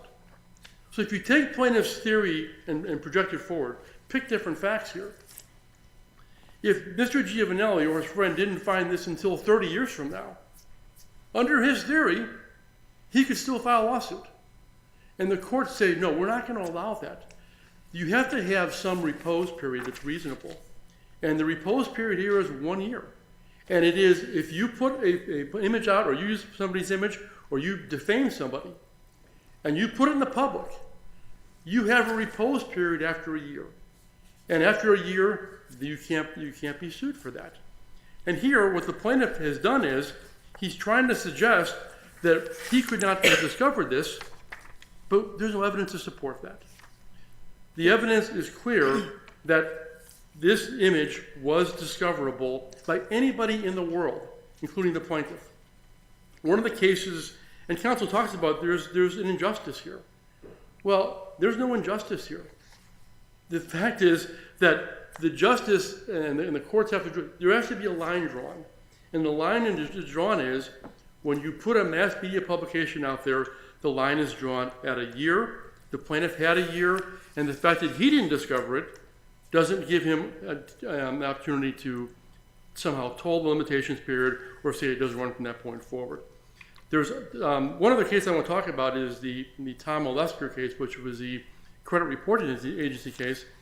That was very different because, again, the internet publication was behind a paywall. So when you have a situation like here, where you have public websites that are open to the public and anybody can see them, the clock starts running. This was findable, not hidden. In fact, no more hidden than the plaintiff's image on the Department of Defense website. You can go there today, and the Department of Defense website, you can find his image up there. You can download it, you can use it. This is not plaintiff's photograph. This is a Department of Defense photograph that they own. I want to make two other quick points before I stop. The plaintiff's claim against one of the defendants, Stock Trek Images, is time-barred, even if the discovery rule applies, because that company was not sued until almost 2 years after he discovered it.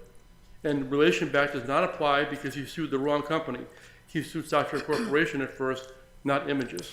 The final point I want to raise is we did bring a motion for sanctions because the plaintiff sued Stock Trek Corporation, a company that had nothing to do with this image at all.